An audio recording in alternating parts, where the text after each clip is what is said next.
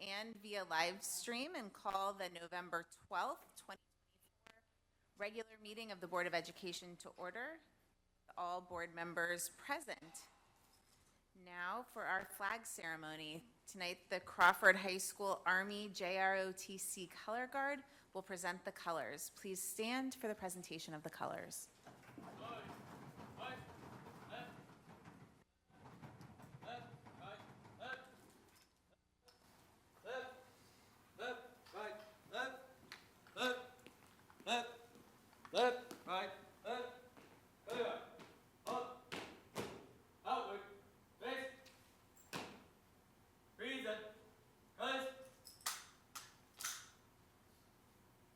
Please join me for the Pledge of Allegiance. I pledge allegiance to the flag of the United States of America and to the republic for which it stands, one nation, under God, indivisible, with liberty and justice for all. Voted. Colors. Right. Face. Voted. Right. Left. Left.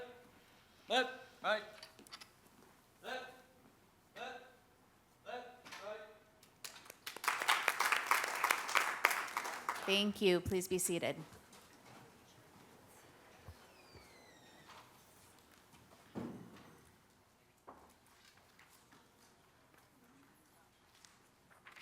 Now move to A2, our land acknowledgement. Land acknowledgement is a traditional custom that dates back centuries in many Native nations and communities. Our land acknowledgement was developed in partnership with Kumeyaay leaders. Students from the San Diego School of Creative and Performing Arts prepared the following video to show our respect for the Kumeyaay people, who are the original stewards of the land our school district now occupies.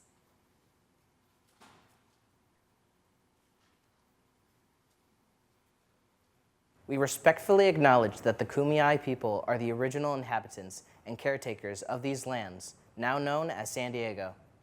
Despite the attempted genocide and ongoing impacts of colonization, the Kumeyaay spirit remains unbroken and their traditions continue to thrive as they carry the memories of their ancestors, who bravely resisted cultural erasure and fought to protect their land and way of life. In honoring their legacy, we pledge to uphold their cultural heritage and right to safeguard their sacred connection to the land for future generations. With gratitude and strength, we stand with the Kumeyaay, embracing the past while forging a brighter tomorrow.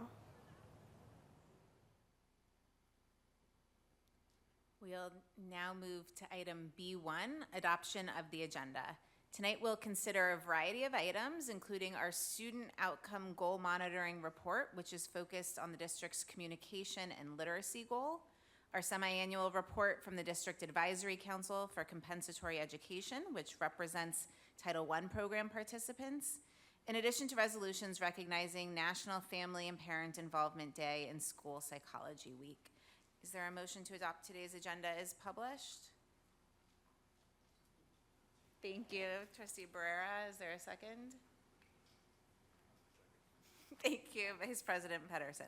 We have a motion and a second. Student trustees, please vote. Thank you. And all other trustees. The motion passes unanimously with student board members concurring. Ms. Stoltz, can you please provide information for public speakers about today's meeting protocols? Yes, today's meeting of the Board of Education is a business meeting that is conducted in public, and board members will not engage in a dialogue with members of the audience. Board Bylaw 1025 sets the time limit for public comment on agenda items at 10 minutes per side, pro and con, or 20 minutes total. Speakers will be able to provide testimony at the beginning of the appropriate agenda item or at the end of the meeting for non-agenda comment. Please listen for your name to be called. Speakers are listed and called in the order received. When your name is called, please come to the podium to speak. Speakers participating via Zoom will be asked to unmute when their name is called. If you are unable to unmute yourself, we will call the next speaker. Please follow along with the agenda so that you know when your item is coming up for discussion. When you begin speaking, the green light below my name on the dais indicates that the timer has started. When the light turns yellow, you will have 1 minute remaining. A buzzer will indicate that your time has expired. If you have not yet done so and would like to sign up for in-person public comment, iPads are available in the back of the auditorium and in the lobby. Thank you. We'll now move to C1, Student Advisory Report. Our board is committed to measurably improving outcomes for students and recognizes the importance of incorporating student insights and feedback into our governance processes. Our Student Advisory Board report, which represents the feedback from more than 25 district middle and high schools, helps our board understand the issues that students say are most important to supporting the district schools to improve student wellness, academic achievement, and college and career success. And our guardrails around improving communication with students and families, increasing student motivation, and improving economic self-sufficiency and financial literacy. And I never know which student board member to turn to, but student board members Baldus and Cruz, would you like to provide your update? Yes, thank you, Okay, President that one. Hazen. Today's Student Advisory Board report will be conducted by Addison Bullard, a junior at Point Loma High School. Thank you very much for being here today.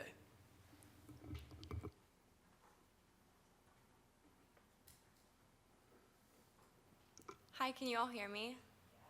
Okay, great. Hi, nice to meet you all. Thank you for having me. My name is Addison Bullard, and I'm a junior, and she was financially challenged. And so she came to me last year as our mental health president and said that I would like to access therapy, but I don't know how to. Can you explain to me how to do this? So we had a language barrier. I spoke Spanish and I was in her Spanish club, but not well, and she didn't speak English well. I tried to explain to her different resources, but all of them either had transportation issues and barriers, or they had financial barriers.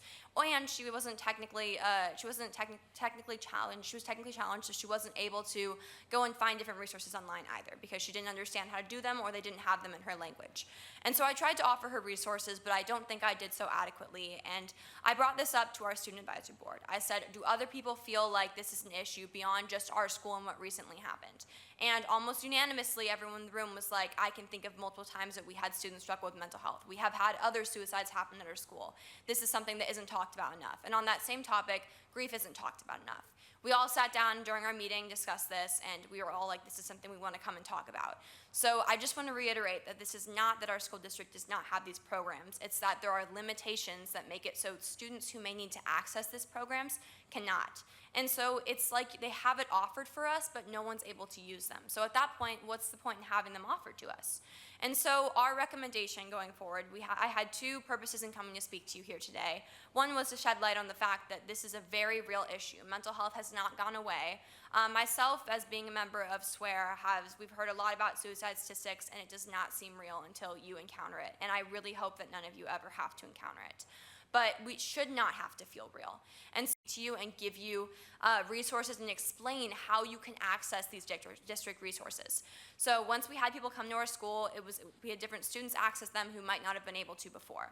So this can be done via having a counselor at our school. I know that all of our San Unified School District schools have counselors, maybe attending a training each year so that they're able to learn about these different district mental health opportunities, so that when we come up to them and we say, I would like to access therapy, I can't afford it, how can I? They have an answer.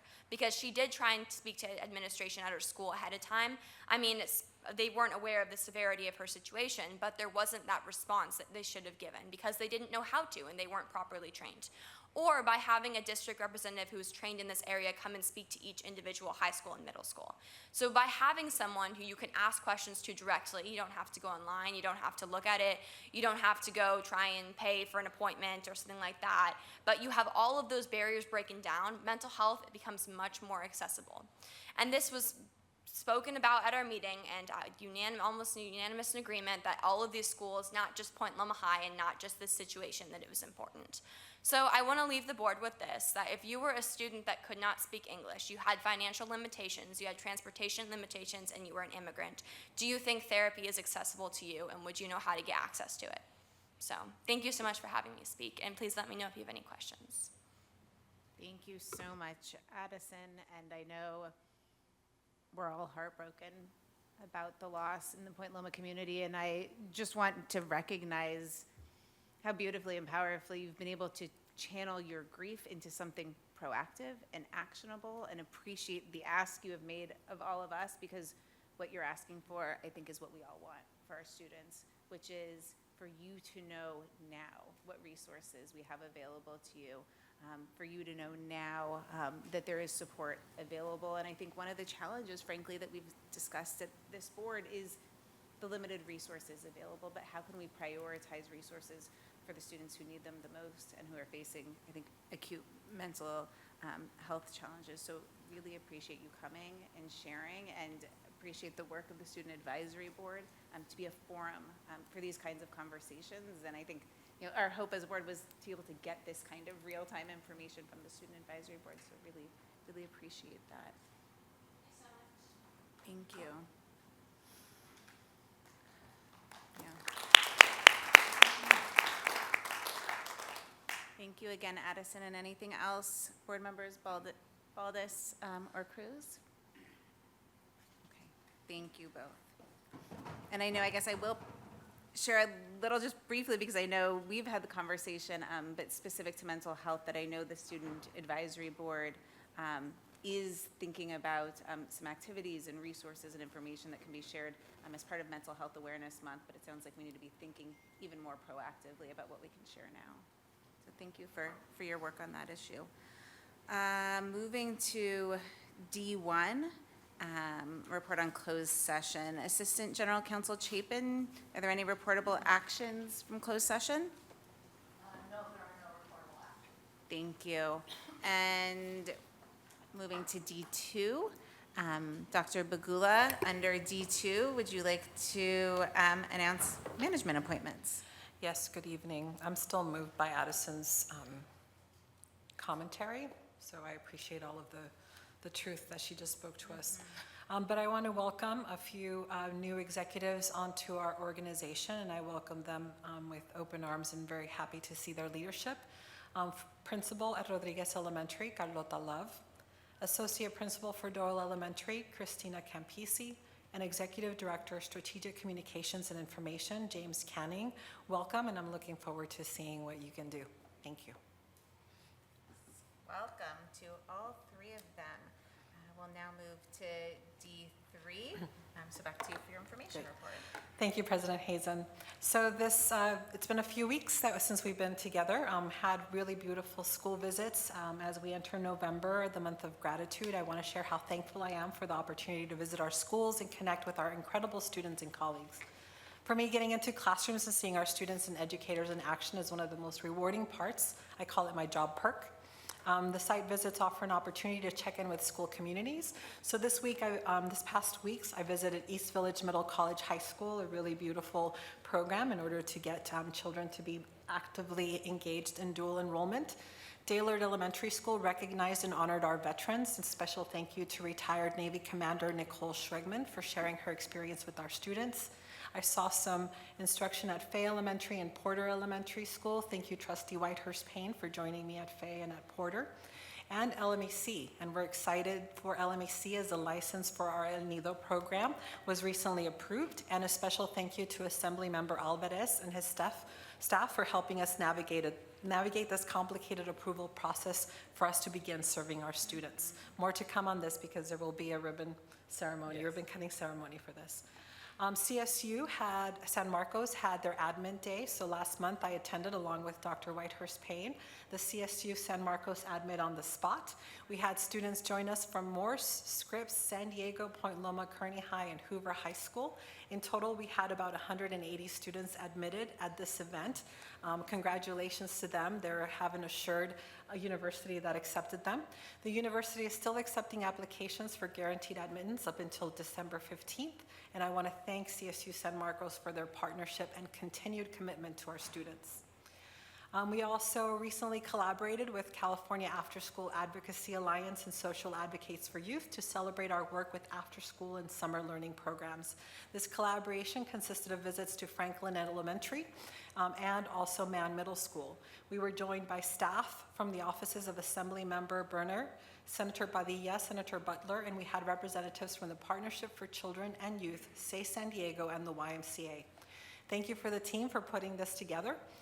to showcase our programs and to continue to make the case for increased funding for after-school and summer learning programs. It's very important to make sure that we take care of our students the whole year.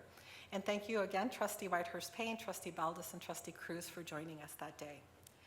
Our love notes, we continue to live our values every day, week, and month. We have received over 800 nominations since starting this initiative in August, so we encourage everyone in the community to continue to visit our website and submit a nomination for our San Diego Unified employees. Finally, I want to take a moment to reflect on our shared responsibility as an educational community in these times. As we consider the recent election results, I know that we must embrace the full political spectrum with the understanding that we're not just colleagues, but neighbors, families, and members of a single interconnected community. We hold a responsibility above all to our young people and to the shared future we're shaping together. In this space, our commitment remains unwavering to provide a safe, inclusive, and learning environment for every student, staff member, and community participant. Regardless of political differences, we are united in our mission to foster a culture of respect, civility, and belonging for everyone who walks through our doors. Holding the political spectrum and embracing our diversity is no easy task, and I want to extend my gratitude to each of our educators who welcome students on Wednesday morning with open arms, creating classrooms that reflect acceptance, understanding, and mutual respect. This work, the work of being a sanctuary of belonging, it's not just noble, but it's essential. To our students, know that now more than ever is the time for you to aim high. You are surrounded by a community that believes in you without reservation, a community that stands to support you at every step, no matter who you are or where you come from. This support includes us here, your Board of Education, and myself as your interim superintendent. I want you to know that I'm here as a representation of your potential, a testament of how education can change lives and open doors. It transformed my life and shaped my path, and I know it can do the same for you. So in moments of uncertainty, when you may feel the weight of division or doubt, I urge you to lean into your relentless pursuit of your goals. Trust in this community which stands beside you, and do not hesitate to reach out for support as you chase your dreams. We are here for you, and we are committed to your success. Thank you. Thank you, Dr. Bagula. We will now hear item E1, the District Advisory Council for Compensatory Education Semi-Annual Report. The DAC is a district-level committee made up of parents, staff, and community leaders who consult with the board and staff on behalf of Title I program participants.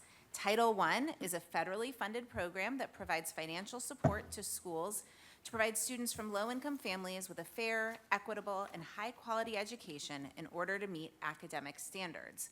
To receive Title I dollars, the district must collect household income forms from all families with low incomes in order to validate the number of students that are eligible for Title I funding. We've talked a lot about those forms here at the dais, and I was thrilled to learn that we have increased the income form collection from 85% of households last year to 96.5% this year.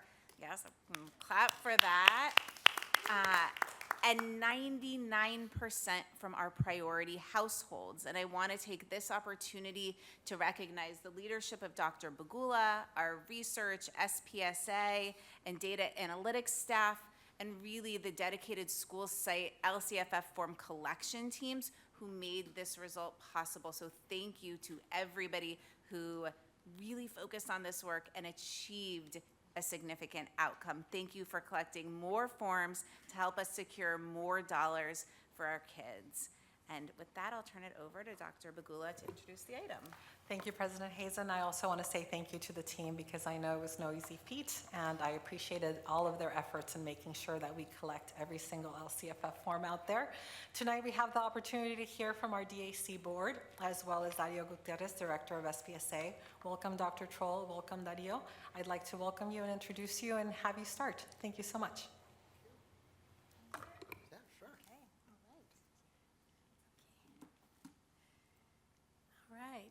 Well, good evening, everybody. Good evening. Thanks for having us. I'm Dr. Troll. I'm the chair of the District Advisory Committee for Compensatory Education, and I'm also a DAC rep for the schools that my 3 kids attend. So I'm here today with Dario Gutierrez, who's the director of SPSA department, and we're going to do a little joint presentation. So we're going to share more about what we're planning on doing for the year rather than a recap of the year. The recap will come in our May presentation to you. So just to remind everybody, as well as President Hazen, she did a great job, telling everybody what the DAC does. And really, I look at our role as more of a connector. We are the connector between the schools, the school site councils, and the district itself. And our job is to provide resources so that SSE members can do their jobs to make decisions for their school sites. So we're really about providing resources, trainings, information, anything that they need to make sure that they feel strengthened in their capacity to serve.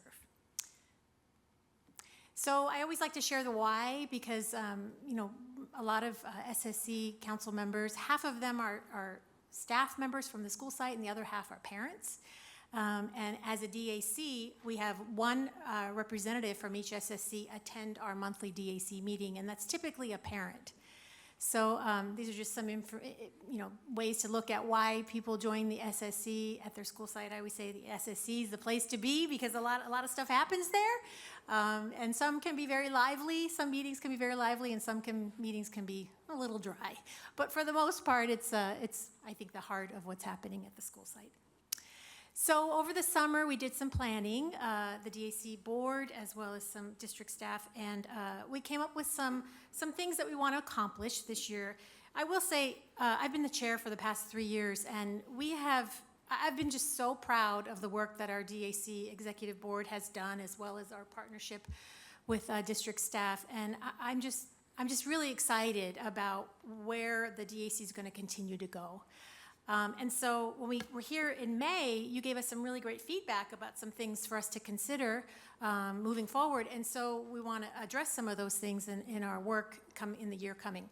So when we were here in May, you suggested and recommended that we think about greater Title I participation as a whole. And of course, we're looking at attendance in that as well as involvement. And then greater student participation, and that's definitely something that we want to do, and I'll explain a little bit about how we're going to do that. And then we want to continue with our previous goals, which are kind of ongoing, related to the LCAP, especially in its new format, and then continuing to provide those relevant trainings and presentations and resources, as well as really encourage attendance. So what does that look like? So greater Title I SSE participation, I think it was Trustee Barrera who mentioned the community schools, and so I actually have an appointment with Jason Babineau to talk about community schools on Thursday. So we're going to talk about how to really incorporate them into the work of the SSC at these community school sites, as well as up at the executive board level. We're going to work with some area superintendents to get the word out about SSCs and engagement and involvement at the school sites, and potentially work with some principals through the area superintendents to help them strengthen their school sites.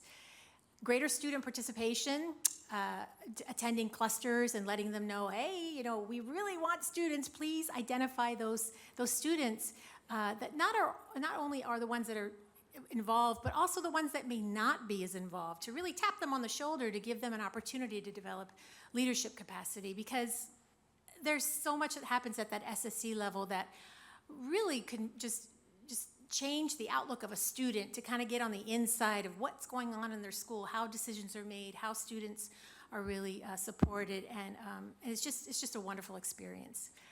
And so we're looking at the rosters to really identify how many schools have students, particularly at the middle school and high school level, because elementary schools are not allowed to have students on their SSCs, and not all middle schools actually have a secondary model. Some middle schools have still an elementary model. So just trying to educate principals to really allow that student engagement. And I was even asked at one DAC meeting if an elementary student could participate. I think, hey, why not? But there are some rules and regulations, but at anything, I think they should at least be allowed to attend and be invited to attend the SSC meetings in preparation for maybe their middle school tenure. We are also doing executive board elections next week, and I'm pleased to say we have 9 people who have thrown their hat in the ring to serve on the executive board, and I am just so excited about that because it used to be, okay, will you serve? It was just trying to like beat the bushes to get these people to serve. So it tells me there's an excitement. There's an excitement with the SSC and the DAC. People want to get involved because they find that it's meaningful and relevant. So I'm really excited about that to see how it all goes down next week. And again, we're going to continue with some of our previous goals. I mentioned the LCAP, especially in its new form, and the way we're really trying to feed the SPSAs up into the LCAP, and really providing regular input and updates with Callie and her work with the LCAP. Again, we're looking at attendance. Attendance isn't everything. Just because somebody shows up doesn't mean that they're involved or engaged, but it is a data point that we can somehow wrap our minds around. And it's something that we can look at in terms of especially increasing the overall attendance of Title I schools. Again, providing relevant presentations and training. We're always asking feedback from our DAC body. What do you want to learn? What are some things that are coming up in your school site? And we're very open to providing those trainings. And everybody that we've ever invited from the district has always just said, yes, I'll be there. So I'm really encouraged to know that whatever our DAC comes up with, we'll be able to provide something for them. And then again, the resources, I mentioned the data index back in May. It's something that we want to be able to push out to the school sites. And I'm very excited, and maybe Dario can mention more about the SPSA dashboard. It's like a dream come true. I've been trying to get this, imagine this idea in my head to come to fruition, and it did, the SPA dashboard. Because over the years, I've always wondered, how do we aggregate all these SPSAs together to really see what school sites are doing? And the DAC members, they want to know, because they're always asking, what's going on at so-and-so school? What's going on? And so what this SPSA dashboard does is allows everybody to have access to everybody's SPSA. So anytime they can click on a SPSA from any school and see what they're planning. So I just think that this is really going to just change the game on providing resources to our DAC members, again, to strengthen their SSCs. Now I'm going to turn it over to Dario. Give you the clicker. Well, good evening, everybody. Thank you, Dr. Troll, for your leadership with the DAC. It's my pleasure to be here this evening. I'm Dario Gutierrez. I am the Director of the Strategic Planning for Student Achievement Department. I just do want to go over some of the goals that we have, and yes, we have some exciting stuff happening at the DAC when it comes to SPSAs, but first want to go over some of the goals, and most of the goals here are what we consider transactional goals.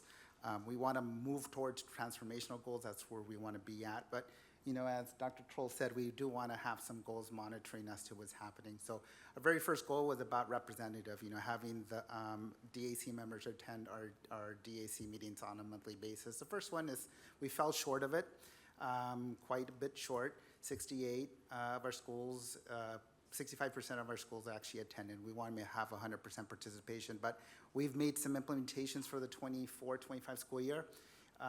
Those new protocols now are going to move into this particular school year, and we've had the highest participation at our first DAC meeting for the 24-25 with the new school site council members. We had 42% of our schools attend the very first DAC members of our membership, so highest one we've had before. For goal number 2 is making sure that those DAC reps that do attend actually come back again, because we are presenting relevant presentations for everybody. And so our goal is to make sure that people regularly attend these meetings. So, again, we fell short of it. But again, our goal for the next meeting in November, when we do have our DAC elections, and we have some student reps who were nominated for our DAC executive this year. At this particular meeting, we're hoping to have all those 42% of our schools attend, plus maybe hopefully double the increase of schools that participate there. The next part is making sure that we have relevant, meaningful presentations for our DAC members. That's what's going to entice people to come back, right? Once we have that, we can encourage them and have that meaningful. We will start talking about that two-way communication to moving into transformational. What we have is that we have about just 1 percentage point, 74% of our presentations were rated as highly relevant. When you aggregate that, someone relevant, we get to 93%. So we want to continue that particular trend. And the final one is to ensure that we have student participation in our DAC meetings. I want to say that we had 3 student members who presented or actually came to our last DAC meeting, so big shout out to, it's a Challenger Middle School, I believe it was UC High School and San Diego High School, so we had representation from those 3 secondary school sites at our last DAC meeting. So we are trending towards the direction we want to be for 24-25. So with this, we're going to get to some of our DAC requests and district responses, and I believe this may not be the right presentation that was to be uploaded. The updated one, but Go ahead. you wanna share that one? So what we have here, some DAC requests, is that the DAC, as a former partner in the district's yearly budgeting process, to allow for a public involvement, transparency, and collaboration. That's where we move toward that transformational work that we want to do. And some of the suggestions that we want to make sure of is that we have regularly scheduled meetings when it comes to budget information at DAC. Currently, we only present some budget information when we talk about, actually our next presentation on November 13th will be about budgeting process 101 for the DAC. How do school budgets work? What work can you then present back to school site council? And then we do present our unspent Title I balances to DAC, but we want to make sure that that information is shared on a regularly scheduled agenda item. So we want to present it more than once. We don't want to just share with the DAC like this is the unspent balances. We want to maybe do a mid-year update, maybe do a final end-of-year budget update prior to that. So we want to make sure that that budget is shared more than once. Continue monthly meeting with the district leadership on DAC priorities. So currently we have district leadership coming and do some of our presentations at the DAC. We have some area superintendents, we have department leaders come and do the presentations. But we want to make sure that district leadership not just attends when they present, but that they're there to listen for any other presentation there so they can gather the information and share it back. So we have scheduled already district leadership to attend monthly meetings, even when they are not presenting at DAC. So they're able to hear that feedback back from the DAC reps. And the third one is a continued communication with district leadership and school sites. We want to build capacity. That's what we're talking about, building capacity. We currently have 175 schools with 5 resource teachers, and our resource teachers are committed to going to school site councils and working with the principals and front office on the roles and responsibilities for them for this year. So I believe we've already hit over half of our school sites this year when we talk about those roles and responsibilities and the capacity building that we want to do with them. So we want to make sure that that continues. I believe we are scheduled to go at least 2 more times this year. And the last one is some official involvement at the development of the LCAP. Again, we want to do transformational. It's important to the district to present information to the DAC, but we also want to make sure that we honor the feedback that we get from the DAC, and that gets weaved into the LCAP. And I think that's what the commitment that we want to do. We know we've done some great work with weaving of the board goals into the LCAP, the SPSA. And Dr. Troll mentioned our SPSA dashboard. And we're going to weave the through line in our dashboard that we have for our school site. So it's be some exciting information that we could present to the DAC. I have a scheduled meeting with Callie tomorrow to discuss that weaving that we'll be doing with the SPSA and the LCAP. And lastly, I want to just give some well-deserved appreciations and thank yous. I want to thank the DAC Executive Committee, Dr. Troll. We have Christina Bambino. We have Jazzy Jackson-McCree and Darlene Gonzalez. We want to thank them for the leadership for this previous year. As I said, we have at least 9 nominees for our Executive Committee coming up, so it'll be exciting for that work next week. Also, thank you to the 175 schools that we have out there and the work that they do supporting the school site councils, especially those representing our Title I schools. So we know the DAC is the District Advisory Council for compensatory education, but we know that the work of the non-title schools also gets weaved into our LCAP. So I want to thank all of our school sites. Again, the work and support from you when it comes to making yourself available to any district resources for the DAC, and so I want to give that thank you and appreciation to you.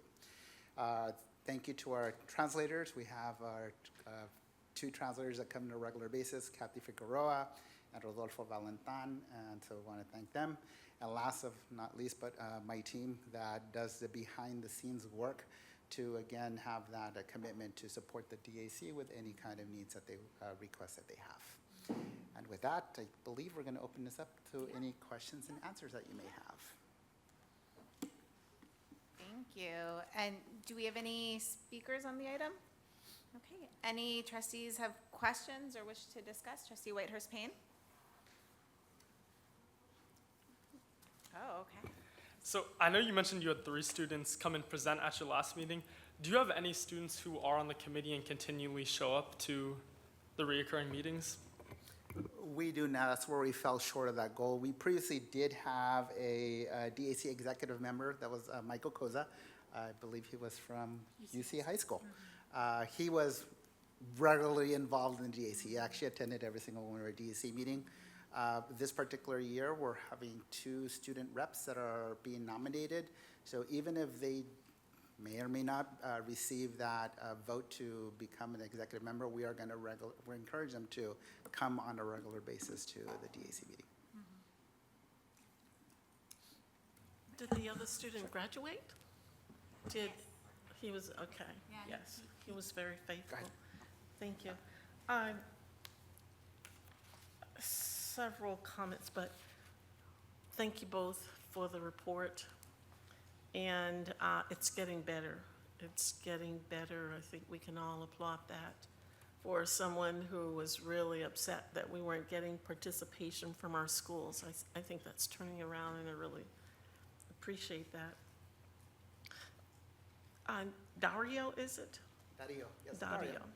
You mentioned something about the unspent balances. And I went through and looked at my schools that have $5,000 or more unspent from last year and the whole issue that we're having with that. Did some of that come about? I realize I've talked to one school, Oak Park, new person there, and they had issues with understanding that, and the area soup's going to work with her and so forth in the future. But did some of this occur because they put orders in that were not, that didn't come in time, or why? I think just for the $5,000 schools, I had like $800,000 That is, from those schools. yes, that is part of the story. We do have spending deadlines for school sites to make sure that we receive all of our services by June 30th when it comes to Title I schools. This year, our figures were able to implement anything that was accrued, or sorry, any POs that were issued, any purchase orders. So we're able to capture that into the data this year. What happens is sometimes our vendors cancel items. So we have a purchase obligation and saying, we're going to order $6,000, $7,000 worth of materials. The vendor comes back to us, says these items are in back order.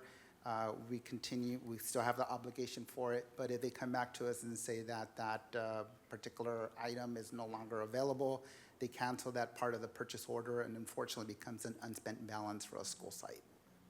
So that can be the case.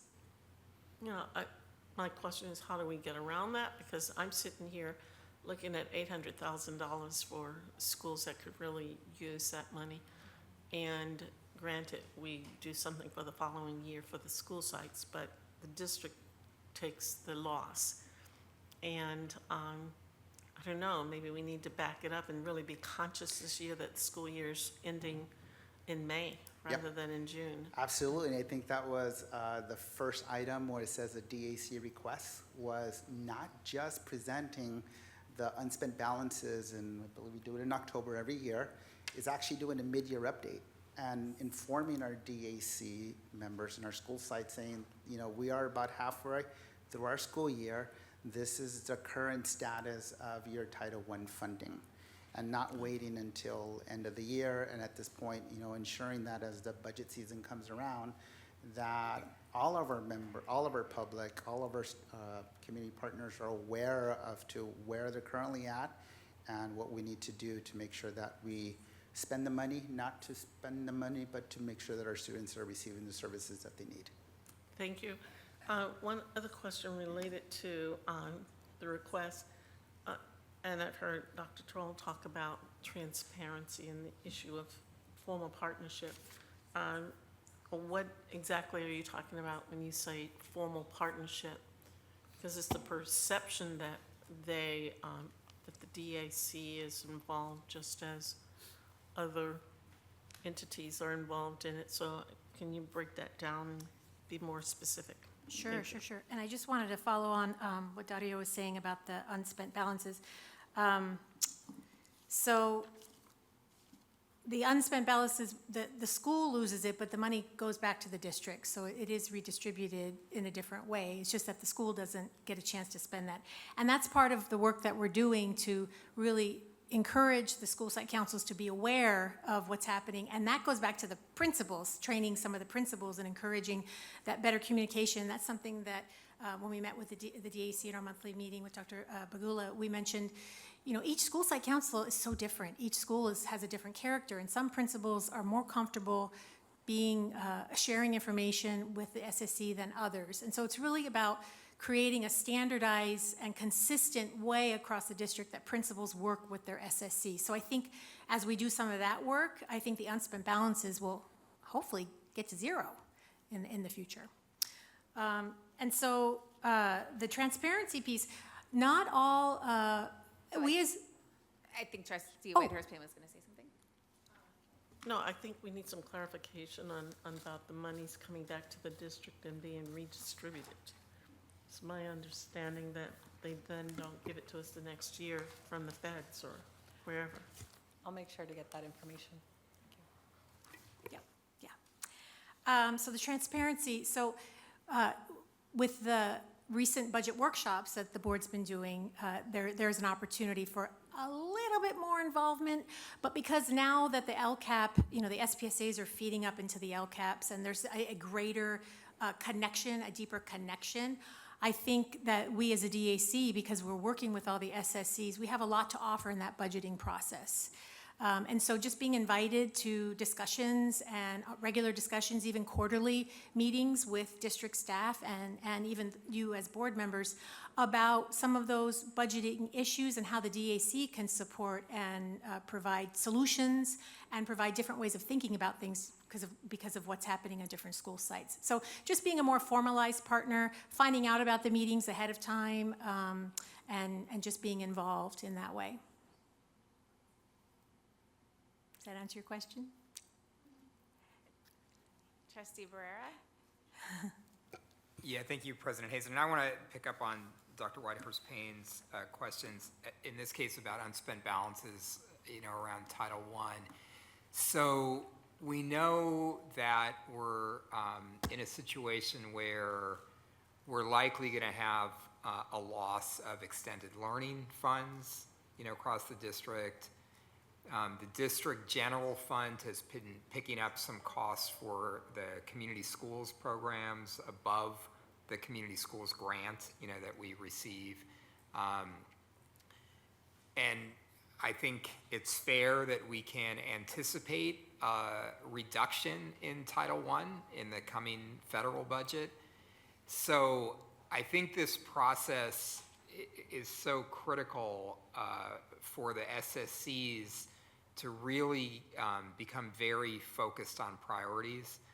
And what I think is most helpful to the board is hearing from what that process looks like at the school site councils and what those priority investments are in an environment where perhaps resources that have gone to schools that have been paid for centrally are no longer going to be paid for centrally, and so then what is, you know, what are the school sites, you know, focusing on as most important? So I'm wondering, in the conversation about unspent balances, which I'm so glad, you know, we're training SSCs to have, if we can also have a framework for SSCs which understand this is what's happening now. There's resources that the schools had available that may no longer be available,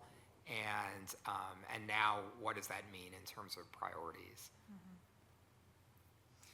And I think that feeds nicely, I appreciate what you're saying, Trustee Barrera. I think that feeds nicely into the DAC participating more formally in the budgeting process because we have all that information and we have easy access to what's happening on those SSCs.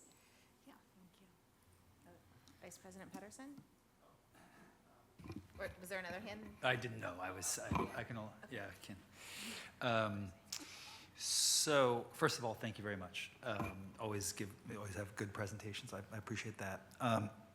One, I just want to say, I think I may have expressed them as last meeting.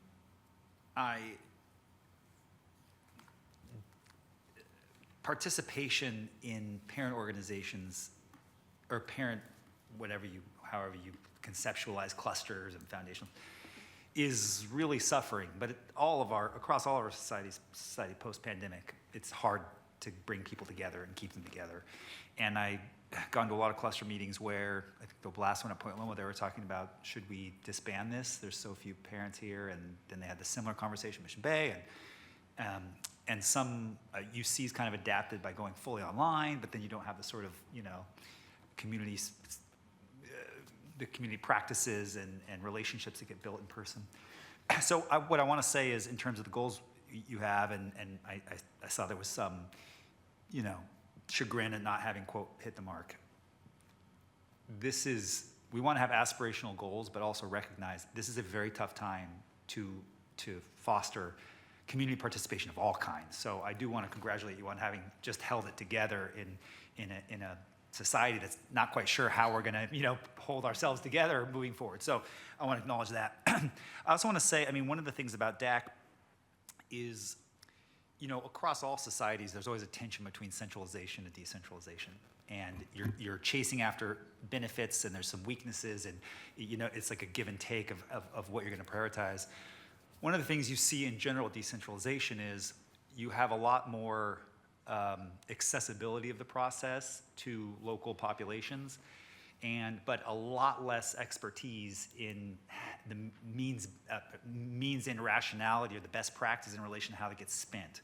So, I did part of my dissertation was on fiscal decentralization in Peru, and you have peasant communities getting these funds, and it's great that they have the funds and they can do what they want, but they don't necessarily have the expertise to understand the best way to invest these funds.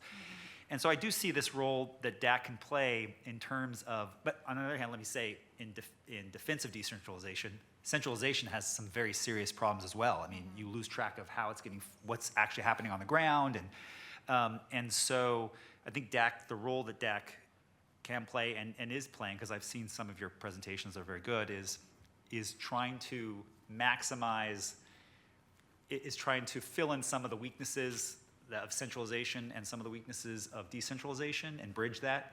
And so I guess that leads me to my question, which is, these things are always about, is the DAC performing or underperforming? And in a way, as someone who comes out of some of the parent stuff, it's like, bro, I'm a volunteer, man. The board's up there, paid employees are there telling me that I'm underperforming. I'm a volunteer, is it from the DAC perspective or the SSC perspective? So I guess my question is, what does the DAC need more from the district? What could the district do to help the DAC achieve its goals? That's my question. Yeah. Great question. So the parent participation, I just wanted to comment on that. It is hard to get parents to come to things, but I will say, because the DAC has changed completely, and what we do is we actually provide things that they want and things that are relevant to them. There has to be the, so what? Why should I come? And they have to leave with more than they came. And parents are smart. They're not going to go someplace if they're not going to get anything out of it. So I think the parent participation, while we think it's hard to get parents there, I think we need to adjust what we're expecting and how we're conveying, and the purpose of the meeting too. What is the actual purpose? So I just want to say that. As a volunteer, I think volunteers are wonderful, and sometimes they say you get what you pay for.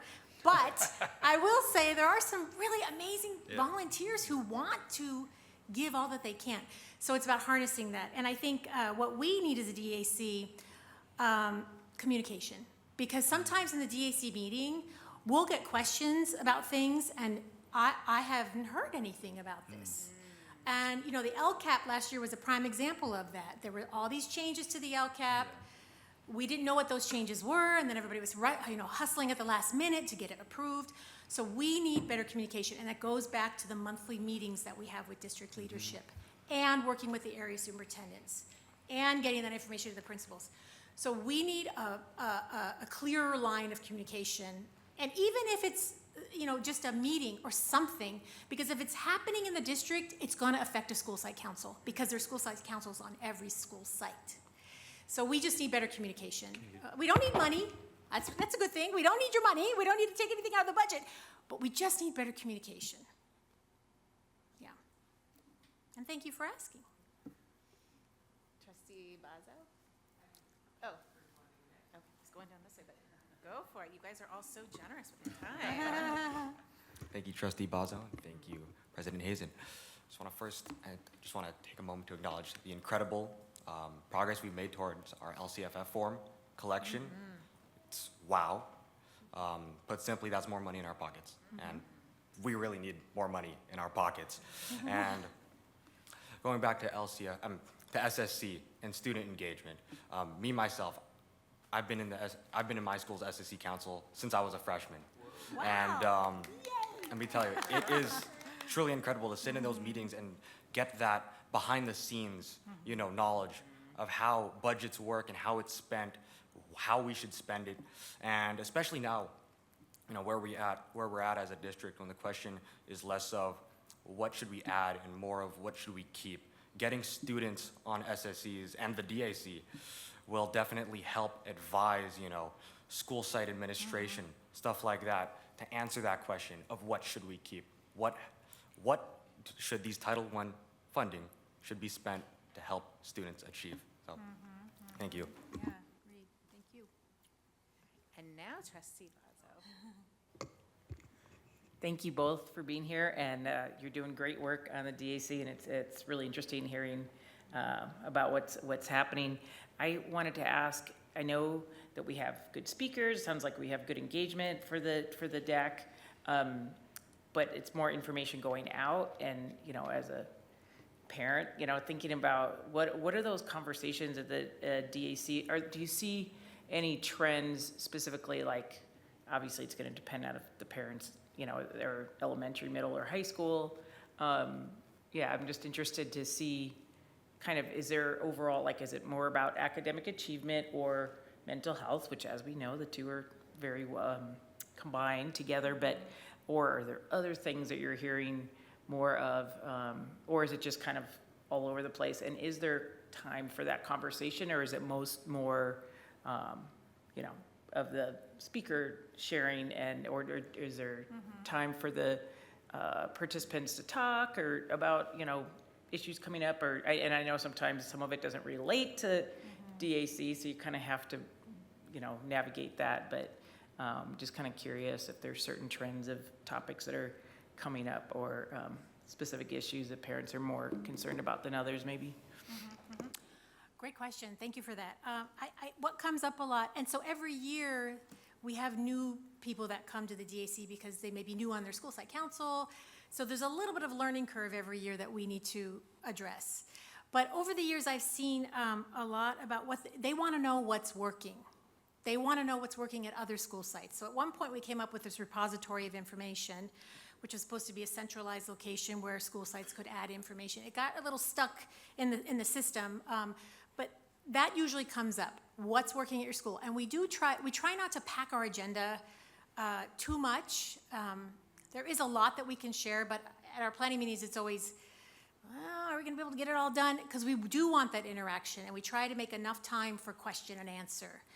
And then we really pay attention to the chat. All of our meetings are on Zoom, and we follow up with every question that is asked. We have a Q&A form that they can fill out if they didn't get their question answered during the DAC meeting itself, and either I, or maybe Dario, or Brandon, or Stacy will respond to everybody. And then if we have time at the end, I usually like to bring back all those questions that were answered over the last month via email, because other people probably have the same questions, so to be able to share that information.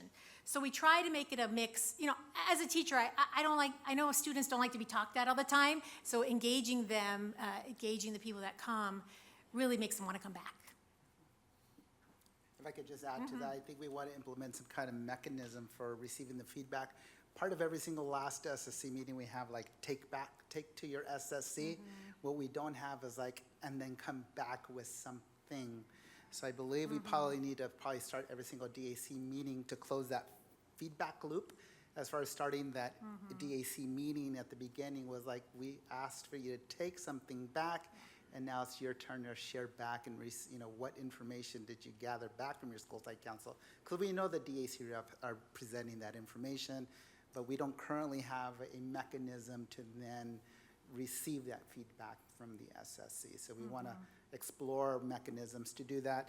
As Krista knows, we schedule the DAC agenda items minute by minute. It's 7:04 to 7:13, 7:13 to 7:26. So if you ever see our minutes, they kind of have those weird minutes because they are packed meetings. You want to make sure we have that. So we need to figure out how we get that mechanism in an efficient manner. And I just want to say to Dario's point, we'll often get emails throughout the month. I didn't get my ticket to your SSC. Where can I get that information? Because I want to share it with my SSC. And I think that's awesome. They actually are taking the time to email us to let us know that they want that information to bring back. So the feedback loop is actually going to be another layer on top of that, which would be great. That's great. Thank you. So thank you. It's great to hear that the SPSA dashboard is being used and is effective. So thank you to the SPSA team for making that happen. I appreciate what you shared about sort of sharing some of the best practices, and that SSCs want to hear, well, how did your school use your dollars? And I'm wondering, first, if district goals have been shared with the DAC, right, as you talk about LCAP, really thinking more broadly about the 4 district goals and guardrails we've adopted, that our hope is, both these are reflected in the LCAP, but really in SPSAs, because obviously what's happening at the sites are going to translate to the larger measurable change that we want to see in kids. So I'm curious if that's happened yet. At our meeting next week, Callie's going to come and do an LCAP update, and she's going to give kind of an overview of how those goals and guardrails connect. Great. Because oftentimes we'll hear, well, how does the Vision 2030, the goals and guardrails, the SOFG, the LCAP, the SPSAs, where is all the through line? So we've asked her to help everybody understand that. Terrific. And, I think one of the other things I'm wondering is, as we start receiving reports on our goals, so we had our math report, and now tonight we're having a literacy report, and we're hearing about bright spots, right? Schools who are using their dollars, their resources, their time in really effective ways that are improving outcomes for students. And so I'm wondering if that information is being shared with the DAC, right? Because every single DAC member wants to know that the limited dollars they have, those limited Title I dollars, are being used as effectively as possible. And so I don't know if that information that we're hearing at the board level is coming to you, but if not, I think that could be really valuable, both in terms of the bright spots, but I also wonder, tonight the literacy team's going to talk about what are the most effective strategies, and again, that's information that DAC, SSC members should know as they're making decisions about how they're spending their Title I dollars. So I don't know if that's happening or if there are plans for that to happen. Yeah, go ahead. We'll be discussing the DAC in December, our Title I ranking report, our first read with the DAC before, it comes to, I believe, board on December 10th. So at that same meeting, we'll be talking about our Title I guidelines for the upcoming school year.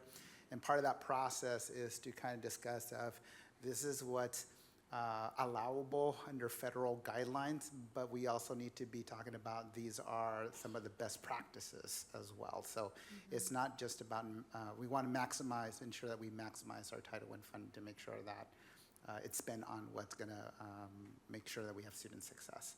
So as part of that process is the sharing the rankings and also sharing the guidelines that talk about best practices. That's great, and I think as you opened with really wanting to move from transactional to transformational goals, and so I think the dream is when DAC is talking not just about attendance, right? Who's showing up, but which sites are achieving their goals, and how then can all sites use their dollars to do that. And then I guess lastly, we heard about unspent funds, and I think we are all frustrated when we see unused dollars out there that could be helping kids. And we heard about, sometimes it's about things we're purchasing and timing of those purchases.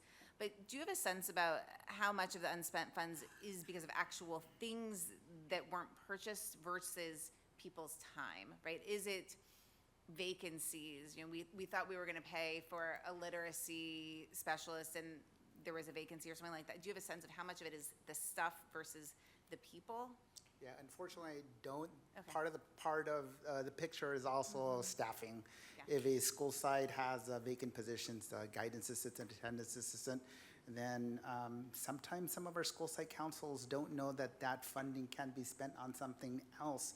They have that right, the school site council, to move funds from projected budget somewhere else, and some of them have that misunderstanding, like we are locked on this position, and so that's part of that training process that we talk about, and that's why we want to have. You beat me to the punch. I just want to make sure they knew that it's fungible. Okay, yes, good. absolutely. So yes, that's part of that practice that we're going to make sure that we follow through to make sure that everybody is aware of what their balances as of any particular date and time is, and make sure that we maximize all of our spending. That's a part of the interaction, ongoing, all the time. Yep. Has to be a regular item. Yes. If I could address I see Deputy Superintendent Pagula. Just I'm just going to speak to an aspiration because having been a principal, I will tell you to even look up a balance is a lot. You have to go through like 8 different interfaces to even find the number. And it's actually really frustrating because as a principal, the number of cognitive shifts per minute, you might be on step number 3 and then a parent calls or someone calls and you get distracted. And so I'm just going to speak this aspiration of having like a clear sort of interface where it says immediately what my balance is, kind of like when I log on to US Bank and you're able to see it. And then we're able to print it out and share it at monthly SSC. I think that would be a game changer for our practice overall and our expenses if it was easier to access.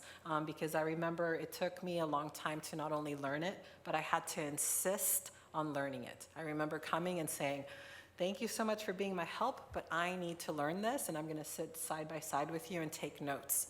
And I insisted on that, but I also think that that's more than just the training that we offer. So I'm just trying to speak this into existence. That's all, thank you. Thank you, and I know you mentioned being timed to the minute. I know we're aiming to wrap up, but if you have a last word. Yeah, I just want to address that sharing best practices at the board meetings. If we could develop some type of framework or communication process that goes back to the communication, because we aren't hearing those best practices. So we would love to hear those. So I'd love to work with Dr. Bagula and district staff about how to get that to work. Although there may be a new chair as of next week at the DAC. So whoever that is, we'll turn the mantle over and tell them all the good stuff.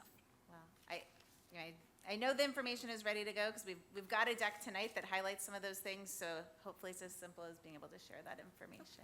Thank you. Thank you all.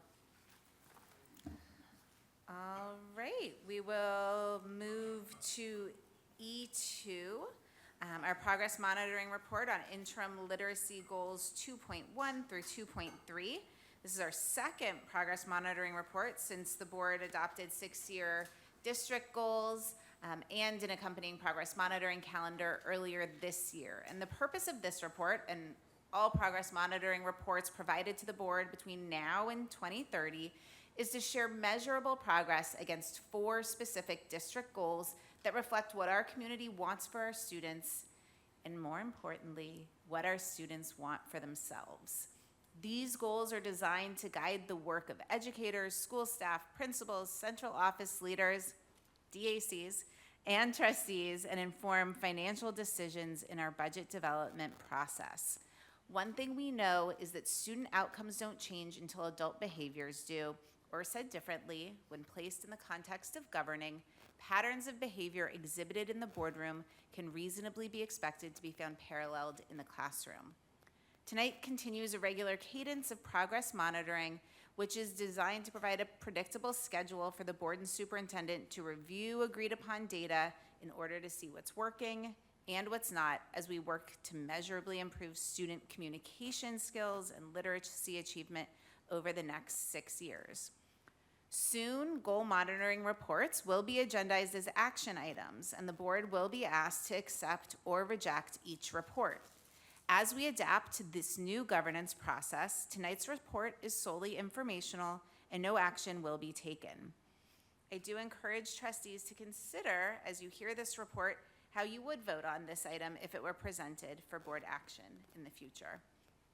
As codified in District Guardrail 1, our board is committed to transparent communication with students, families, and staff. And for those who wish to learn more about district goals and progress monitoring, information can be found at sandiegounified.org on the Board of Education landing page under Student Outcomes Focused Governance. Dr. Bagula, would you like to introduce the item? Yes. Tonight I'd like to welcome a few presenters to the podium to provide our monitoring report for interim goals 2.1, 2.2, 2.3. Joining us tonight we have Dr. Wendy Rankber, Dr. Shauna Codrington, our new Director of Literacy, Sarah Matthews, Maria Gomez, Area Superintendent, and Principal Ryan Kissel. I want to begin by expressing my gratitude for our literacy team and our data insights and supports team for their ongoing efforts to track our progress towards our literacy goals. Their work alongside our teachers and school leaders is crucial as we assess and refine our approach to literacy in our district. I really appreciate you being on this journey because it's something that we're making sure that we're able to monitor our progress, that we're also making data-informed decisions, and we're able to not only intervene but also accelerate instruction.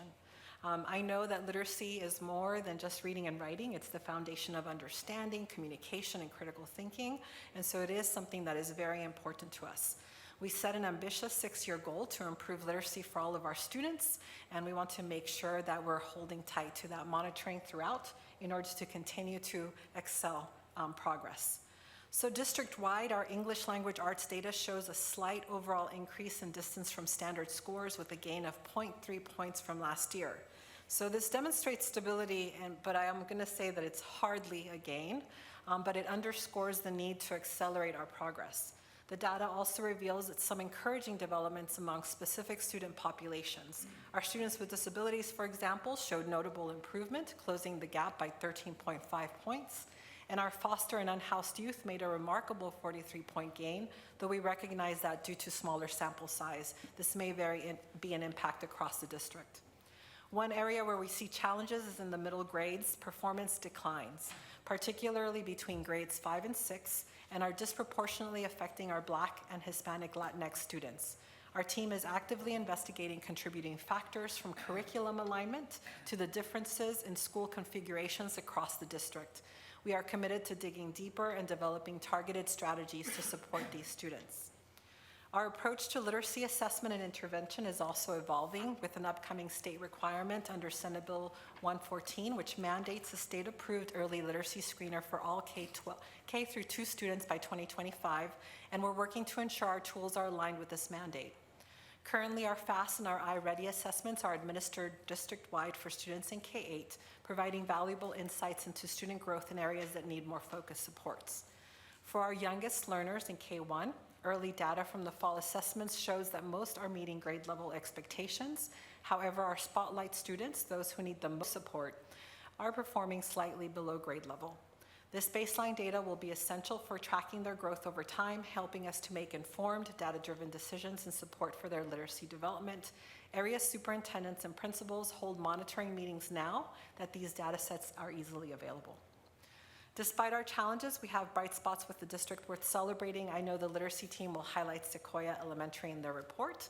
And in the last few weeks, I've seen how both Central and Porter Elementary schools have organized themselves to provide rich literacy interventions and accelerations for our students. I appreciate how site leaders have created systems to support teachers to reach all students.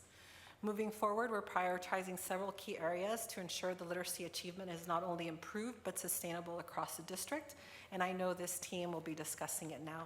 So thank you so much, Dr. Rankber, Sarah, Dr. Codrington, and team. Thank you for your presentation today. Thank you. On behalf of the team, we are proud to present this progress monitoring report this evening, and we have several items that we are going to share. if I can make the clicker work.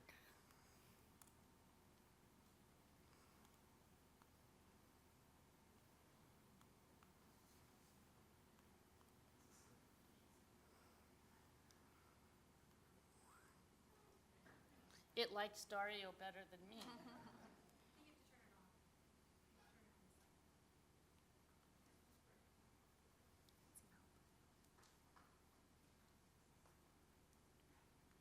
Oh, it was, there you go. Now do it. You got to turn it on. Who knew? So with that, our agenda this evening, yes, we are focusing on our student outcome focused goal. And this evening, we will be talking about goal number 2, effective communication for English language arts. We will be presenting 2 sets of data. I will begin by presenting our state level data, the results from the English language arts Smarter Balanced Assessment. Then I will turn it over to Sarah Matthews, and she will be talking about our local assessment results, the iReady and the FAST. And just a reminder, we have 1 data point, our fall administration of those assessments. Then we'll move on to a bright spot at Sequoia. We have many bright spots. It's always difficult to choose one, but there's some great work happening at Sequoia, and we'll let you know why we chose that school. And then Dr. Codrington will finish with areas of focus and plans and our next steps. So as a reminder, our goal is, for goal number 2, is effective communication in English language arts. And our interim goals that you can see here, 2.1, 2.2, and 2.3, are based on our local assessments and are looking at our Spotlight students. And just as a reminder, the Spotlight students are the 15 to 20% of a school's population that is furthest from meeting standards. That's a starting place for a selection of Spotlight students. Then schools layer in other considerations such as attendance, behavior, social emotional factors, and any other issues that are known by the school site staff, such as trauma that a student may have had. So as Dr. Bagula pointed out, overall on the Smarter Balanced Assessment, our data was stable. There was a small amount of growth. So I'm going to begin there. And with that, these preliminary results of the Smarter Balanced Assessment show that students were, we talk about student performance, using average distance from standard. So as a reminder, 0, when we talk about average distance from standards, represents at standard. So when you look at this graph and you see 0 at the bottom, that is at standard. So you can see overall, our district, our students continue to perform above standard. In 2022, it was 5 points above standard, 2023, 6.9, and so forth. This first line graph shows you the blue, which is a little hard to tell it's blue, but it really is. In 22, 23, that is where we have been in the past, and the red line is our projected 3-point gain moving forward.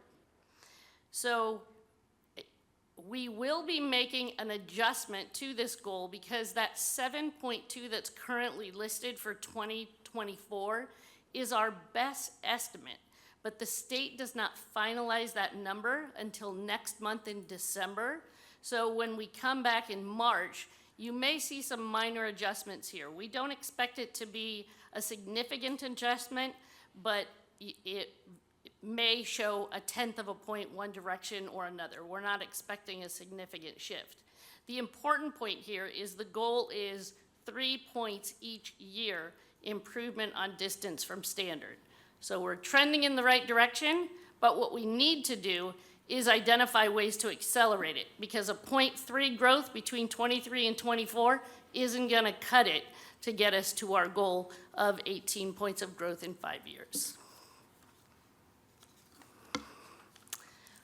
On this next slide, we look at, again, same measure, distance from standard, and this is broken down by student groups across our district.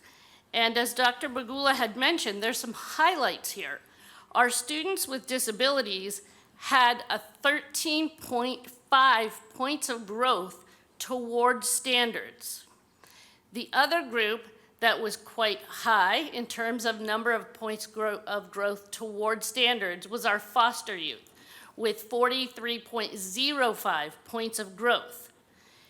The foster youth, you can see the sample size in the far right column, where it's the N, is only 80 students. So we need to add some caution there of that small sample size in inferring results there.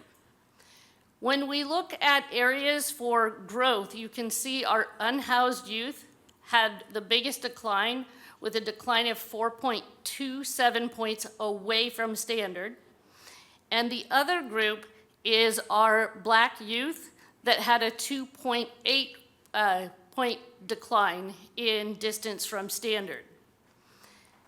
Now, I want to highlight here on this slide a really important fact. We are looking at average of distance from standard for all of our students. Embedded within each of these generalized data points, there are some bright spots. So I want to unpack our Black student data, for example. Although overall across our district, there was a decline of 2.8, there are some schools that saw significant growth for their Black youth. Penn Elementary, for example, small number of students, 24 Black students, but 65.49 points of growth towards standard. So yes, we can give an applaud to Penn. Marshall, 29 students and 35.3 points of growth. Dana, 30 students, 33.3. Freeze, 24 students there, 28.9 points of growth. Nye, 25.9, and Hancock, 17.8. So that, I wanted to take the time to unpack that, because when we talk about averages across our district, we sometimes lose sight of the spotlights and the areas of growth. So of course, we want to know what's going on here that's replicable that we can take across our district. On this slide, again, we are still looking at Smarter Balanced Assessment, and this is looking at 22, 23, 24 data by grade level. And when you look at this slide, you will see that in grade 6, 7, and it starts to, still showing dips in 8th, we see a significant dip at middle level. This is interesting because it contrasts with our report on math, where we saw some gains in middle level. But for some reason, in ELA at middle level, we are seeing this decline.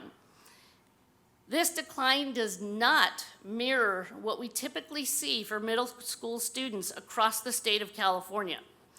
So we are wondering, why is this happening? And we are asking ourselves a lot of questions about that. So we've started to look at, is it curriculum implementation? We adopted curriculum in English language arts for middle level and elementary and launched during COVID. And we know, we've looked at our use rates for that curriculum, and it is not being implemented as much as we would like to see across our district. So what exactly are schools using? That's part of the work that we did last year. So we're wondering about that. We're also looking at school configuration. Is there a difference in scores for schools that are configured differently, such as K-8 versus 6-8? So we're wondering about that as well. So we have many questions about this dip that we're seeing in our middle schools. We're continuing to break down our data and visit our schools, talk to our teachers, our students, and our principals about what is happening at middle level. But there are also, just as in the example of the Black youth that I mentioned on the previous slide, there are some bright spots within that dip that we're seeing. So we need to find those, figure out what's different there, so that we can begin to expand and move that across the district. So now I'm going to turn this over to our program manager of cross-content literacy, Sarah Matthews. And Sarah's going to be going over the results of the fall administration of our local assessments, both the FAST and the iReady.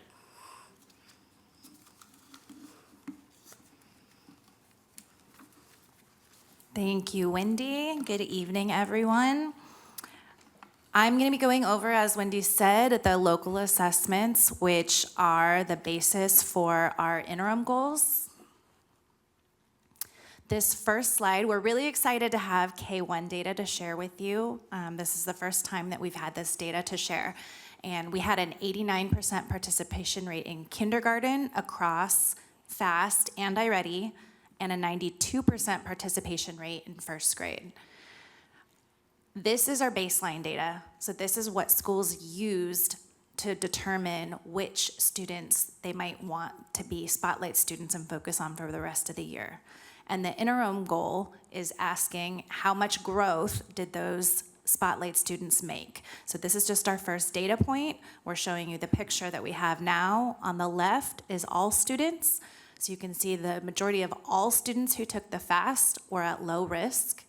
And then on the right is spotlight students, which you would expect are a little bit further from that low risk category.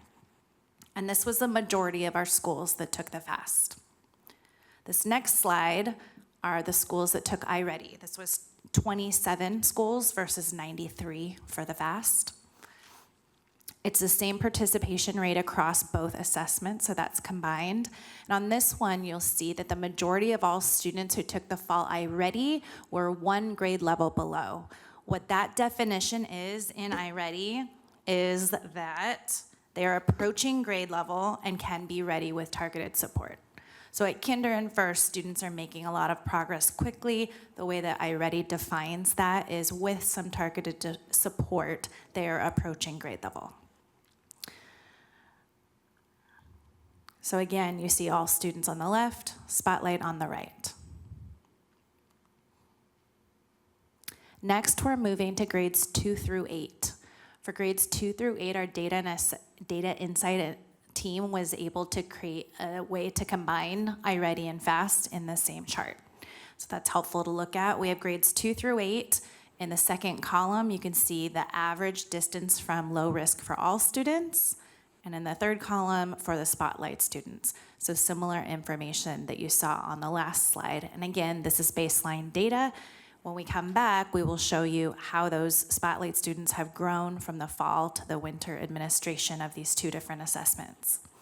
We had a 95% completion rate for grades 2 through 8.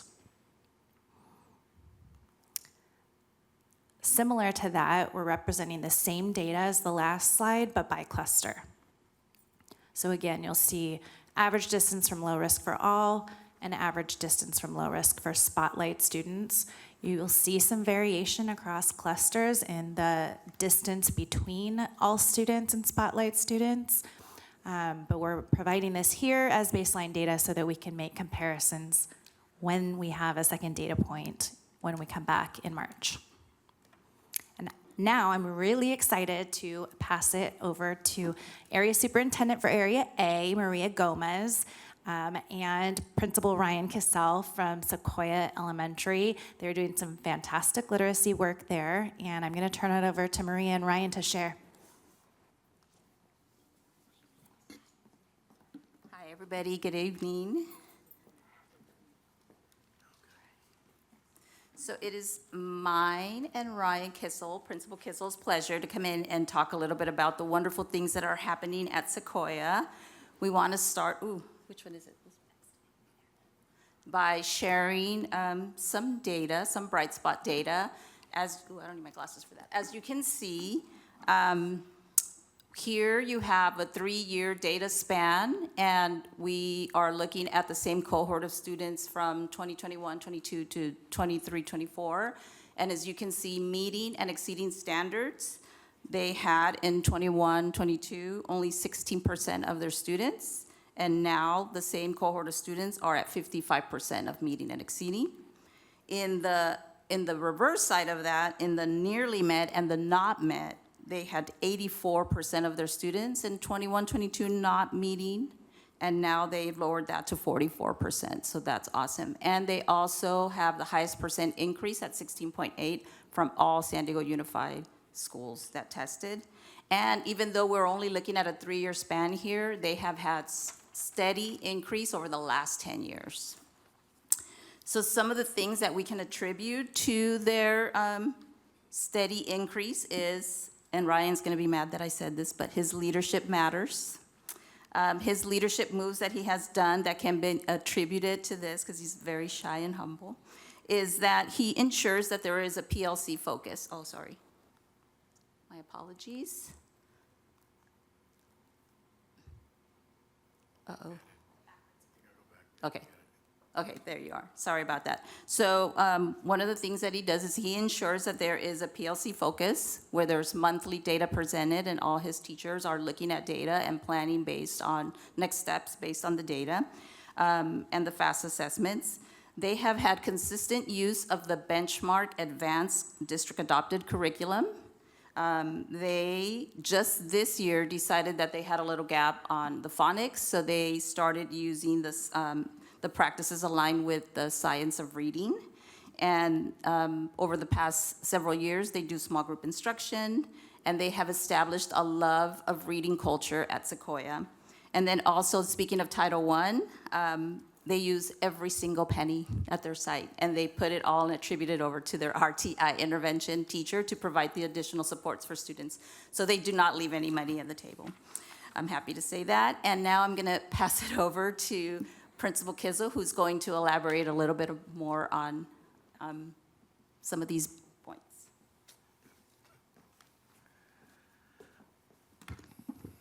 Well, thank you for having me here tonight. I want to say thank you for sharing some of the Sequoia highlights, Maria. First and foremost, I just wanted to say that the students and the staff, especially teachers, deserve all the credit in the world. I work in a wonderful community with fabulous families and a great staff, so I really want to thank them for all their hard work. It's really, they make all the difference. I guess I want to share a few highlights and go a little bit deeper into some of the things that we're really proud of at Sequoia. First, we really want our kids to love learning and reading. We have a culture where we celebrate reading by monitoring reading volume, and we recognize our kids for reaching their goals. In addition, we provide plenty of opportunities for reading and book choice at our school. If our kids love learning and they'll love life, then they'll want to contribute to it. And that's our motto. And second, we provide plenty of opportunities for our teachers to work in their teams as in a PLC. So they meet monthly to analyze the student data and plan lessons to make sure our kiddos are successful. We've used the benchmark curriculum consistently since its inception, so we have a guaranteed and viable curriculum. And finally, we just want to make sure we differentiate and reach the students where they are. We focused on small group instruction heavily over the years, and so we make sure we provide instruction and interventions to meet the student needs. And furthermore, like Maria said, we have a terrific RTI teacher that supports our Tier 2 and 3 kids by providing interventions for our students that need that additional literacy support. So while we understand that our scores have been steadily rising, we still have a ton of work to do, obviously. So after looking at the data, our ILT team determined that we need to focus on our multilingual learners a little bit more to make progress. So therefore, our focus this year, like she said, and you'll see in the video, we're learning more about the science of reading during our word study. And then if needed, we'll adjust in the future to make sure our students furthest from grade level meet their needs too. So I just want to say again, and we're the Dragons, so we're the Sequoia Dragons, and they would get mad at me if I didn't do this, but we roar a lot as the Sequoia Dragons. So I just want to say roar to my community, because they really deserve all the credit in the world, and we still have a lot to do. But here's a little video to show some of the highlights. Okay. Next slide and start the video, please. Yeah, I've been there a long time, so this is my home for a while. This is 15 years I've been at Sequoia. Yeah.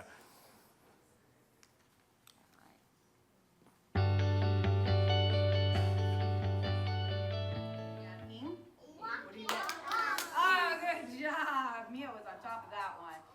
Okay, can you say big? Big. At est. Good.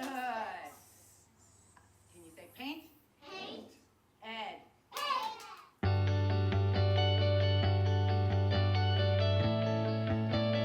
Hey, I saw your learning yesterday. Can you show me what you were doing? Go ahead. Table. Lazy.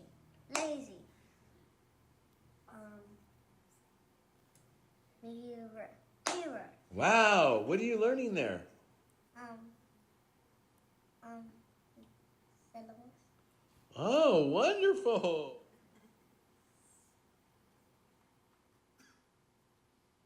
Good morning, girls. Good morning, Mr. Cassell. So I saw your wonderful learning yesterday during word study. Can you tell me what you were doing? We were changing the beginning, middle, and end sound to a different sound. Why were you doing that? For the words that we don't know, the words that we already know, if we don't know other words, we could learn new ones by changing the letters. Oh, okay. Can we try some? All right. Let's try sip.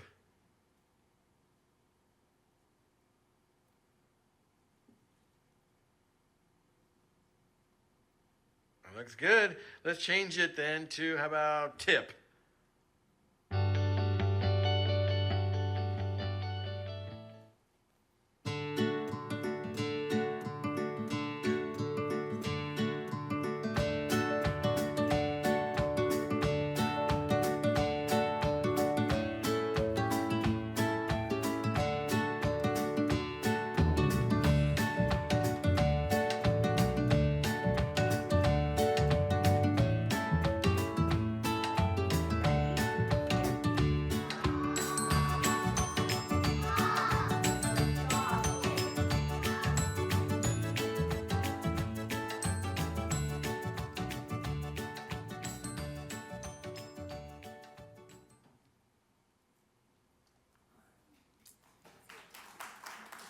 Thank you, and we invite you to Sequoia to come and see the love and joy of learning at Sequoia. And now I'm handing it over back to the team.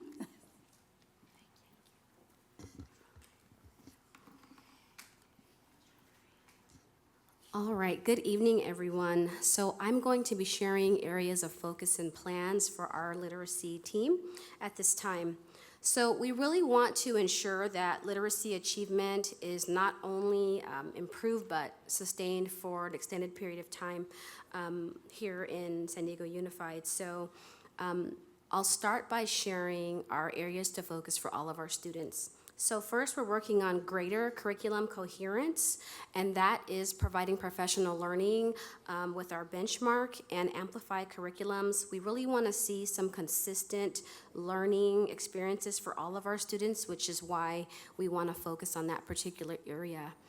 Next, we are going to be focusing on the science of reading and providing professional learning for all of our teachers in PLCs.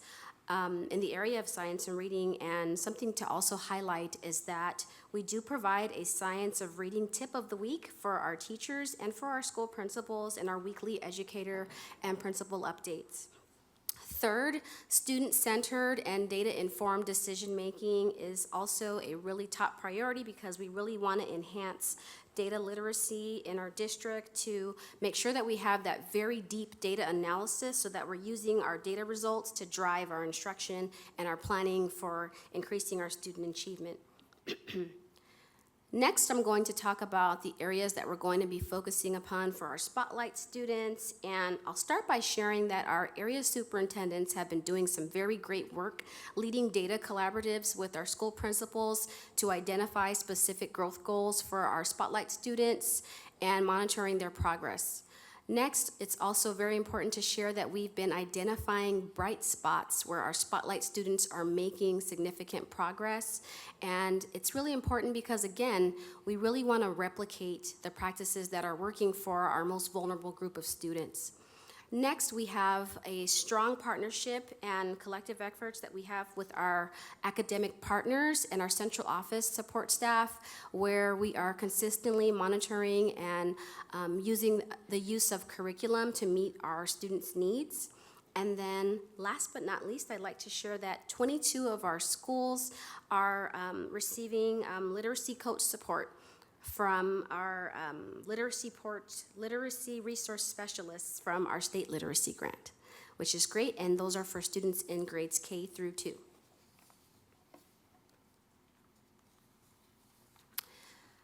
And as next steps for our literacy team, in March, we will have an updated Fast and iReady result report for you to show the progress and growth of our Spotlight students. We'll be highlighting how our students performed on the winter data on those Fast and iReady assessments.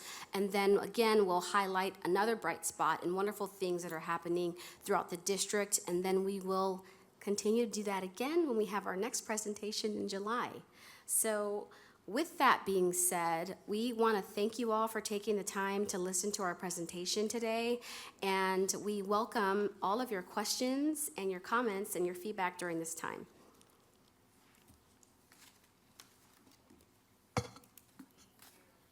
You're welcome. Thank you very much. Do we have any speakers on the item? Okay, before we open up to trustee discussion, I'd like to recognize that I believe Ben Mackey from the Council of Great City Schools is with us on Zoom. Oh, he's live streaming. All right, well, hello, Ben, wherever you are.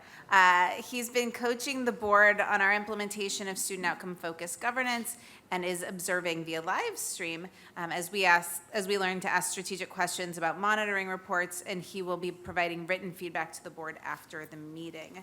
I'd like to remind the board of the types of strategic questions that will allow us to evaluate and drive impact towards Goal 2. Guidance about effective questions is included in our meeting packets. Our goal is to use the discussion to ask strategic questions. Those are things like, for example, based on the data in Table 1, why are we seeing such significant growth for specific student populations? Or looking at the data about outcomes by cluster, which strategies proved most effective at achieving desired results?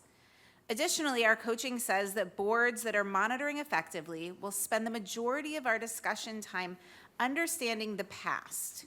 That means we should be trying to understand, how did we get here? What worked, what didn't, and what did we learn? And with that, I'll open it up to questions or discussion from trustees. Why don't we start down on this end and we can make our way around? Trustee Whitehurst-Payne, do you have any? Okay. I want to talk about Sequoia Elementary School, and I know that the programs there are amazing. I want to highlight the first data point that said when we were increasing our standard, we were using benchmark and fast assessment data, and we were constantly checking back to that. I can't stress enough the importance of motivation towards these tests, like the fast assessment, because students truthfully don't care about these assessments. When they're put in front of us, there's no motivation to take these, and students have no real motivation to do well on them.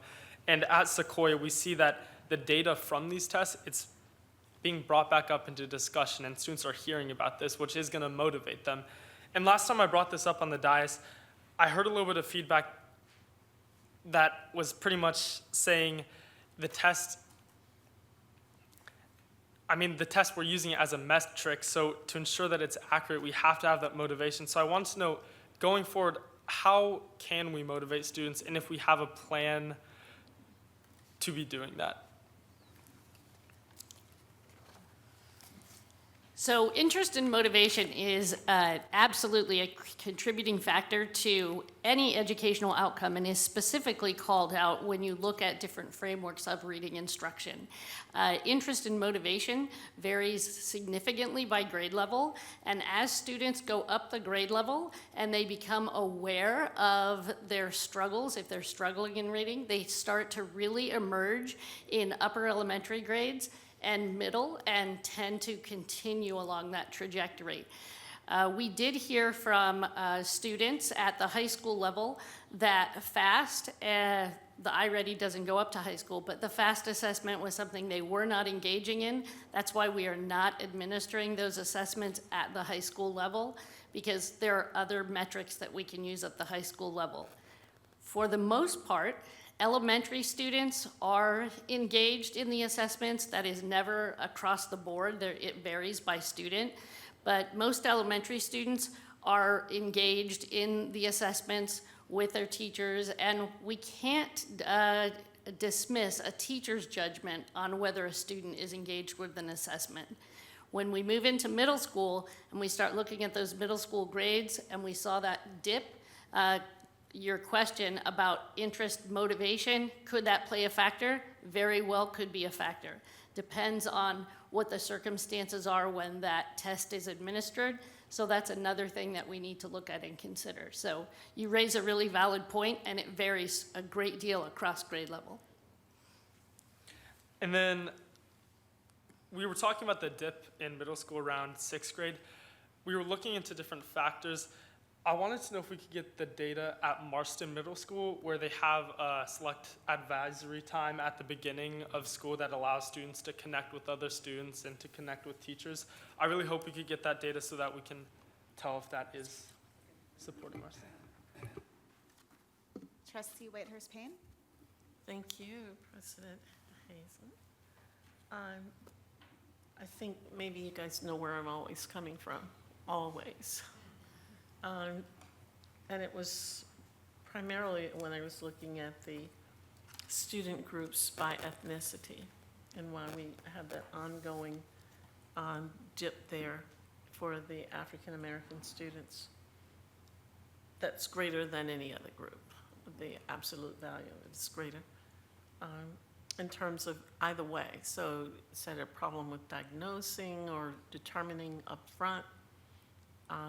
So that we're looking at erroneous data, or we're not capturing it accurately, or what? I mean, when you look at things like the groups that we've been targeting, the disabilities, you know, the LFCC group, you kind of know we've been focusing on that. But the issue of the fact that we keep getting those kind of discrepancies with data related to Black students is an ongoing troubling issue. And it's good to hear. I'm not sure if you specifically pulled out my schools of Penn, Marshall, Fries, and Nye, or all of them. Does this represent African American students across the board, or specifically only my schools, because those happen to be my schools? To say that we have progress. Those schools represent from highest gain of Black students and down, so that was pulled out of the approximately highest 12, and then we chose schools that had greater than, I think it was 24 students, so we didn't include the small schools. So those all were in the top 12 of gains, and so we did see very large variability of our student groups across the system, and those are the schools. We had a phone call with the principal at Penn a couple of weeks ago to talk with her, and so those are the schools that we're spending a little bit more time with to find out what they're doing to engage students and support them. I just think it's ironic, they're all my schools. What is going on? I have to call them too and find out, nosing around, figure out what are you guys doing. Nye doesn't, I mean, the other, just in general, I think it's a good sign that we do have some success stories, and that we can find out hopefully what they're doing and move others in that direction. I was a little interested also in the data on the fall Fast Bridge early reading K1, and the fact that from kinder to first, which would make sense, we're doubling the number of kids who are at high risk for all students, from 10% to 20%. And then by definition, the spotlight students were those students who were the neediest students. But even for all students, I thought that was something that kind of stands out, if you will. What do you guys attribute that to? I think one thing is the range of age from kinder to first, that there is a larger variability in scores. And so those students that are needing additional support are needing even more support and falling even more behind. So definitely need to pay attention to them at both that K and that 1 level. Which also was something else that I hadn't thought about.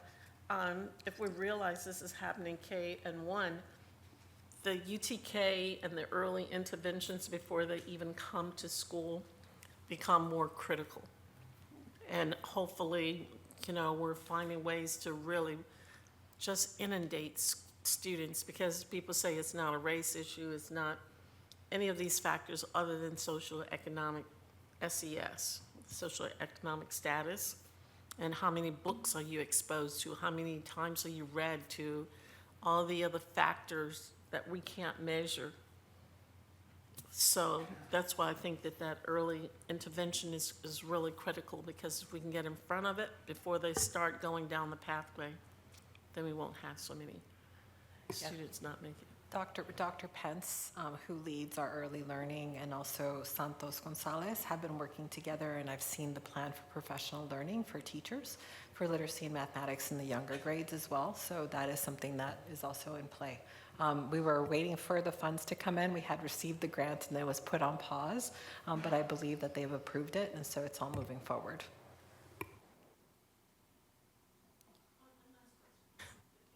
Can you give me a list, not now, but the list of the schools that have the, is it the grant and are getting those 22?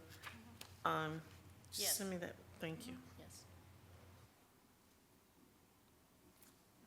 Trustee Barrera? Thank you, President Hazen.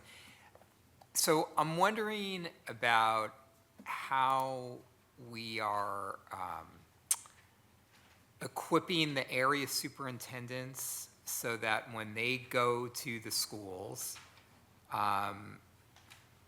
they're able to have focused conversations about how schools are identifying spotlight students, and then how schools are organizing themselves to support spotlight students. So what's the relationship, I guess, between your team and the area superintendents so that they're equipped when they're going to schools and having those conversations? Well, the area superintendents do have the academic partners to work with, and we work closely with the academic partners. And we can always, of course, collaborate with the area superintendents. I think that's a really great question that you raised, Richard, and maybe an area that we should have more conversations about. There's also more touch points between area superintendents and principals. Yeah. The Principals Institutes used to happen 5 times a year. Now they happen more often. Yeah. And then in between that, they have data monitoring meetings.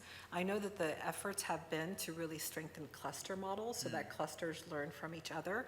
And then the academic partners have teams to come in and support that group. So I know it's still it's the first, I want to say 2 months of that academic partner position, but really the effort has been, how might we strengthen a cluster? How might we use not only teacher efficacy, but principal efficacy in this way so that they learn from each other? Like when I was listening to Sequoia's information, I just kept thinking, what is the whole cluster doing? How is Maria thinking about the whole cluster and making sure that all of those really beautiful practices are then gone to be observed by other principals to learn from? So really the model is very much localized to a cluster model and really close. And so we're just trying to have more touch points more often in order to continue to grow that work. Can you just clarify this? So I know we keep hearing academic partner. Is there in each area an academic partner focused on literacy? Is that what that means? The academic partner is more, so there is one per area, but it's more focused on instruction in general. So there's data strategy, instruction best practices. There's a representation across all of them, so there's shared information. But it is more about planning, tier 1 instruction, like larger scope of pieces, but then they have access to the literacy department, they have access to the math department, they have access to the multilingual, they also have access, I want to say, to finance, special education, so they all have a team member that's there, so there's a representation. It was a new way of doing things with considerable budget decisions, but also coming together and saying, how can we strengthen the support and have that still continue and really leverage the strength from cluster models. Thank you. I just wanted to clarify that term, but I know Trustee Burrow, do you have other questions? Okay. Heading down this way, Trustee Bazo. We'll go this way first. I want to thank all of you and the area superintendent back there, Maria. She's great, and she does a fantastic job. Yay, District A, woo! And also Principal Kissel that left. And I just wanted to share some thoughts and see what you thought about, you know, I was trying to think of some reasons that they're specifically having more success and how we can bring that to other schools that are maybe having more challenges. One of the things I know at the last Claremont cluster meeting, I was sitting next to him and we were writing each of the schools in Claremont, they were writing like what their specific focuses are, if they have certain areas. And one of his was VAPA. And he was very proud of that. And we talked about that a little bit. I was like bugging him while I was trying to write because I wanted to find out, you know, what kind of VAPA programs they have. That's kind of the area that they focus on there. Because I know there's research that VAPA programs can also provide, you know, success. Students that are involved in visual and performing arts programs also can have connections and success in areas of English, language arts, and mathematics. And so I think that would be a really important area to like look at to see if our other schools that have good VAPA programs, are they having more success? Because I know they have a great program at Sequoia and VAPA, and is that kind of interrelating maybe with some of the things they're doing? So, and I'm sorry he had to leave, but that was one of my questions. And also I know that Sequoia is a smaller school, and we've had discussions about smaller school, bigger school. You know, is that part of the solution? I don't know, because, you know, we're talking about like kind of the dynamics of smaller elementaries versus bigger elementaries, and, you know, if there's a way to like flesh that out a little bit more. And then the final area was also around the UTK, and I know as Trustee Whitehurst touched on this, but it'd be really interesting now that that's, you know, in all our schools for the past couple years, are you seeing trends for that, the UTK programs, and how are they impacting some of our scores, or is it too early to really be able to measure that? But I'm super curious on how that's impacting. So I guess, yeah, VAPA and the smaller schools and the UTK, I don't know if you have any comments or thoughts about any of those, and whether, you know, if that's something that's highlighting what Sequoia is doing. I think those are certainly things we can look at. I think the other point that I want to make sure that we lift up is Sequoia has a very highly functional professional learning communities, which gets at the larger body of work by John Hattie around teacher collective efficacy. Our work, although we break it out and call it our PLC work, our data literacy work, it's all in service of teacher collective efficacy. Teacher collective efficacy outpaces everything by a landslide in terms of impact on student achievement. So that fact that they have at Sequoia is something that cannot be underscored enough. So looking across schools, but of course, looking at VAPA and UTK are other areas that we can consider. Can you explain a little bit, I was just going to teacher collective efficacy, what you mean by that? Yes. So teacher collective efficacy is the belief that as a group of educators, they can change outcomes for kids. They believe they have the knowledge, the skill, and the ability to do so. So when they come together in professional learning communities, if they have data to look at, they have the knowledge and skill to identify those areas of needs, and then instructional strategies that they can put in place and that they are confident in implementing in their classrooms. So that's how you define teacher collective efficacy. Trustee Bazo, you posed a really good question. I have not done a cross analysis of robust VAPA and outcomes, so I'll be curious about that, so I'll follow up. And there was something that the principal said that I thought was really interesting that's connected to this PLC and collective efficacy. He said when he met with his instructional leadership team, So that tells me he also has a different structure of leadership that he's talking about. He said when we looked at the data, we identified a population of multilingual learners. So that just tells me not only about his leadership, but how they're organized, how they're actually leveraging teacher leadership as well and data analysis to make informed decisions, that the group is making that decision. So it's not a principal saying this is what we're going to do, but they're saying actually this is really necessary. And so that goes into that collective efficacy piece as well. Lots of voice, but I'll do that VAPA analysis because I'm curious too. Yeah, but how widespread is that? Because I've been to some of my schools and seen what you're talking about. And Ryan, not Patrick, Kissel, his brother I know his brother also. They're both very good in their fields, I can tell you that. But I just don't know whether or not he is doing something that's unique, or whether or not we're seeing it in other schools. You've been going around and you've been observing. Is this unique that you've seen? I know you've only been here 3 weeks or not even a month, but you've seen quite a few schools already. Yes. I have, oh, sorry. Thank you. So I have seen that principals are working collectively with teachers, and they have that shared leadership and they'll share responsibility, and they're planning for the instructional focus and making sure that they're developing their literacy plans. I've also been accompanying our area superintendents on their site visits, and something that I noticed that's also been really helpful is their work with the through line and their focus when they're in classroom, focusing on teacher behaviors and student outcomes, and those are things that I feel are going to definitely help with enhancing and improving literacy instruction. Dr. Whitehurst-Payne, there's variability. There's variability in all of the PLCs that I have seen. And so I've seen really robust ones where they're actually analyzing data, replanning lessons, thinking about like, these are the children we did not reach. Like even that language, these are the children that we did not reach, not these are the children that are behind. Does that make sense? So taking that responsibility and then really thinking about how to do that.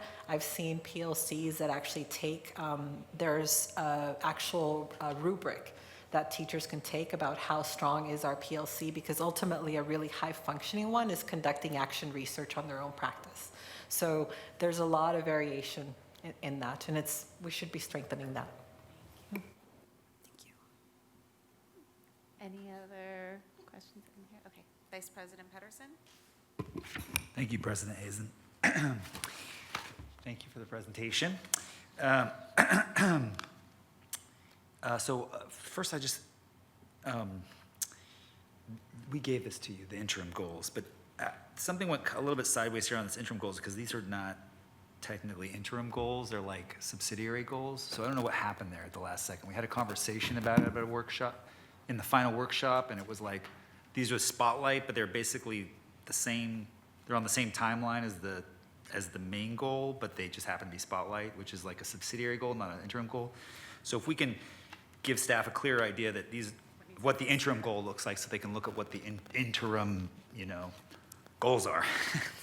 Does that make sense? Is that, yeah, that's not for you. You guys just had this product. And Can I just ask for clarity, because I was wondering the same thing. Are you asking for specifically what we're hoping to see this year, next year, the year after? correct. we get to I mean, maybe it just shows on this what this year's goal is here, something like that, yeah. And then I'll also, I'll get to this in 1 second here, but then with regard to the next, and we talked about this in the officers meeting, which is, there's a tension between, there is, and our board president often talks about the benefit of having an aspirational goal. I mean, it pushes you to do better. There's a tension between a goal being utopian and a goal being aspirational. And, I look at this chart and it's like, I'm reminded of, I do climate work and it's like, we're going to reduce GHG by 90% by 2040. And it's like, how much did you do last year? 1%. How much did you do the year before that? 1%. It's like, I can follow that graph out. You ain't going to get to 90% reduction. And so here we have this 0.3, and you guys alluded to it. And then we have this goal that's like, yeah, but we're going to hockey stick this thing next year. It's going to happen. So I know you've been forced to have this goal, but I would love to see why this is why there's some belief that this is a reasonable goal in the sense that it's aspirational, not utopian. Because otherwise, it's just frustrating to staff and it's frustrating to the board. And I want board efficacy and I want staff efficacy. We've heard it's very important. And then with regard to this, the next slide here, and I'll say this again in another slide, is so many of these slides are just Zillow scores, like, you know what I mean, represented as a educational slide. So to me, what's really important is to get, as a board, to get some preliminary analysis. What am I looking at here? And in the sense that I look at this, negative 48%. I mean, I can see a chart, I say Zillow scores, but that's just filling in for, like, I can see a chart of, like, the distribution based on ethnicity, race or ethnicity of family wealth. That's what I see here, you know? It just happens to be transposed into achievement scores. So I think what's really important is that preliminary analysis of what's going on in this thing, and a secondary analysis, and then a conversation about, and I know this isn't exactly baseline, but it is to a certain extent because we're changing into a new paradigm away from meet or exceed to this new paradigm. But again, and that's where there's an analogy here with enrollment. When you look at our enrollment year on year, you see a secular 1%, 1.5% decline year on year, and you go, oh, well, that's just inevitable, and it creates a sense of like, okay, that's just what's. But then when you actually look down into the data, there's some sites that are up 5% and other sites that are down 11%, you know? So actually, and so for me, these are, you have to put a slide here, but the real question is what, when you dig down into the data, and that's where the spotlight's important, or the bright spot, but more, I would love to see a little preliminary analysis in terms of like, what is going on here? You know, what's going on in this? Because I don't have the information to be able to parse this out, what's actually going on in this thing. So I'd love just a preliminary, you know, it doesn't have to be deep or regression analysis or anything, but like a preliminary, this is what we think is going on, you know? And with regards specifically to things like students with disabilities, you know, some of these groups are enduring. If you are white this year, you're probably gonna be white next year, and so on and so forth. Some of them, there's a compositional element, for instance, with students with disability, in terms of I know there was 13 federally identified disabilities. There's a compositional question that year over year, you could have some pretty dramatic shifts in what disabilities are composing that number. So I don't know whether that involves additional analysis, but I'm a little bit skeptical given the variation in composition of that group year to year. And the same would go for foster youth or any of these categories that could change substantially. Foster youth is such a small end that it's kind of hard to say. But anyhow, so some analysis of how the composition is changing and how that's affecting the raw number. And then really quickly, wow, this distance from standard is wild. I mean, I would love to see an analysis of what's going on, you know, because this is like maybe and to the point made earlier, maybe we could look at Dana in Korea. It's a bit of a burden to have that system, and I know families sometimes struggle with it, but it is a way to an analogical. There's an analogy there. It's in our district, but because it breaks it up in different ways, you can actually say, oh, actually, it may be that, you know, we see the drop in Dana, we see the drop in 5th grade because we've switched to the different. You know what I'm saying? Because we break the body up in different ways. And I think one of the most fascinating things about this is it's obviously the wild depression that happens there. But the most fascinating thing to me about this is the variation year to year is very minimal. So it's chatter year to year. How is it that every time they come in, these are totally different cohorts. They come in as thing and boom, they happen to get 24, and then boom, they get 2.3. Wow, that is a crazy graph, and it makes me think there's could be something we're doing. It could be something in the nature of the standards or something. I would love to see some more analysis because it's so weird that there's so much consistency grade to grade, but then so much variation. I'll just move really fast here. My thing is like, whoa, this thing on I clearly am misunderstanding this. How is it possible that 75% of kinder in fall are a year behind. They've only just started. Am I misreading that somehow? And then, so there's and I think I have one more here, and then I'm done here. Again, this other thing, FastBridge, this is a Zillow score too. I mean, and I'd love to see what campuses are beating the spread and why is the most interesting thing. Not that like I can see it, I can just go through and Scripps Ranch, La Jolla, okay, and then you go in the middle, it's gonna be Mission Bay and UC, and then you go in, it's the same thing over and over and over again. And then finally, I would just say more broadly, I think we're all hungering what is working. And I'm so glad you said that about teacher efficacy, collective efficacy. We just want to know what's working. And then my second question on that is, we need you to tell us at what point, you know, this is like when you do the clinical trial and one of the drugs is like, whoa, it's cured all these people with prostate cancer and everybody on this other thing are dying. You stop the study midstream and go, give everyone that drug, right? And so at what point do we say, holy moly, teacher collective efficacy, science of reading, small group instruction, this thing is so good that set aside decentralization. Yeah, principals get to decide. No, stop it. That's great, autonomy is great, but this is so best practice. We cannot let children suffer. We're going to have to mandate, whether it be science of reading or small group instruction or professional learning communities. You know what I'm saying? At what point do we make that decision and say, okay, stop the study. We know this is effective.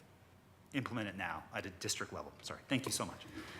I want to address all of the questions that you just laid out because I actually, well, when I was listening to you and I understand the deeper analysis, especially really to understand specifics, and I'm actually really excited because I actually think having area superintendents do that presentation will actually distill to cluster communities to be able to think about why Dana and why this happens at Korea, to be able to say, and this is happening at this cluster, and this other cluster has similar population, so we should be able to replicate best practices from one cluster to the other.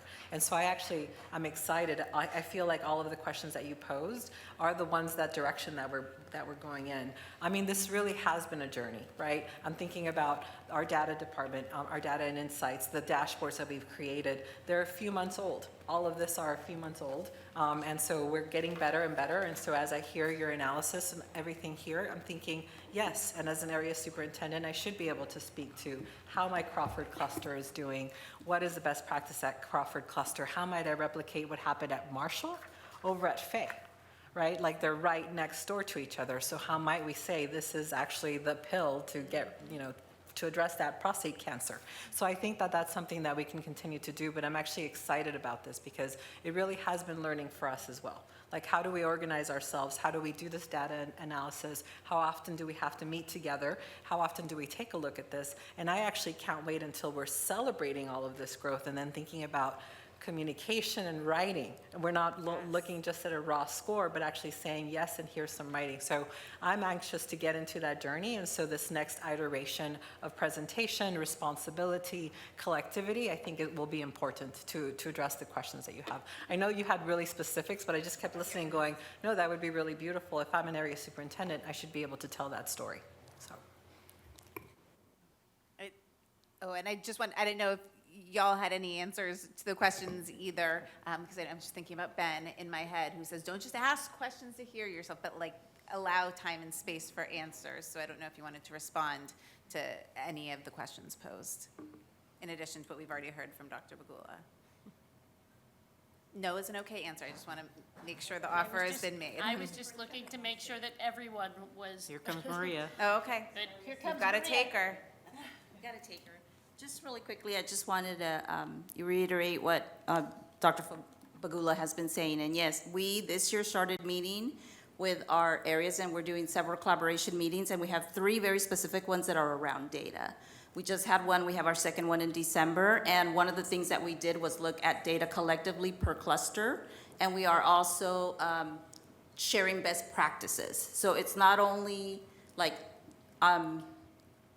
being transparent about how, because sometimes principals try, like either if they're doing really well, they want to share it out. If they're not, they're sort of a little bit embarrassed. But this way, we are being very transparent with how our cluster is doing and then sharing those best practices. And with the support, because my academic partner is here, I want to call her out over there, Annika Goodwin.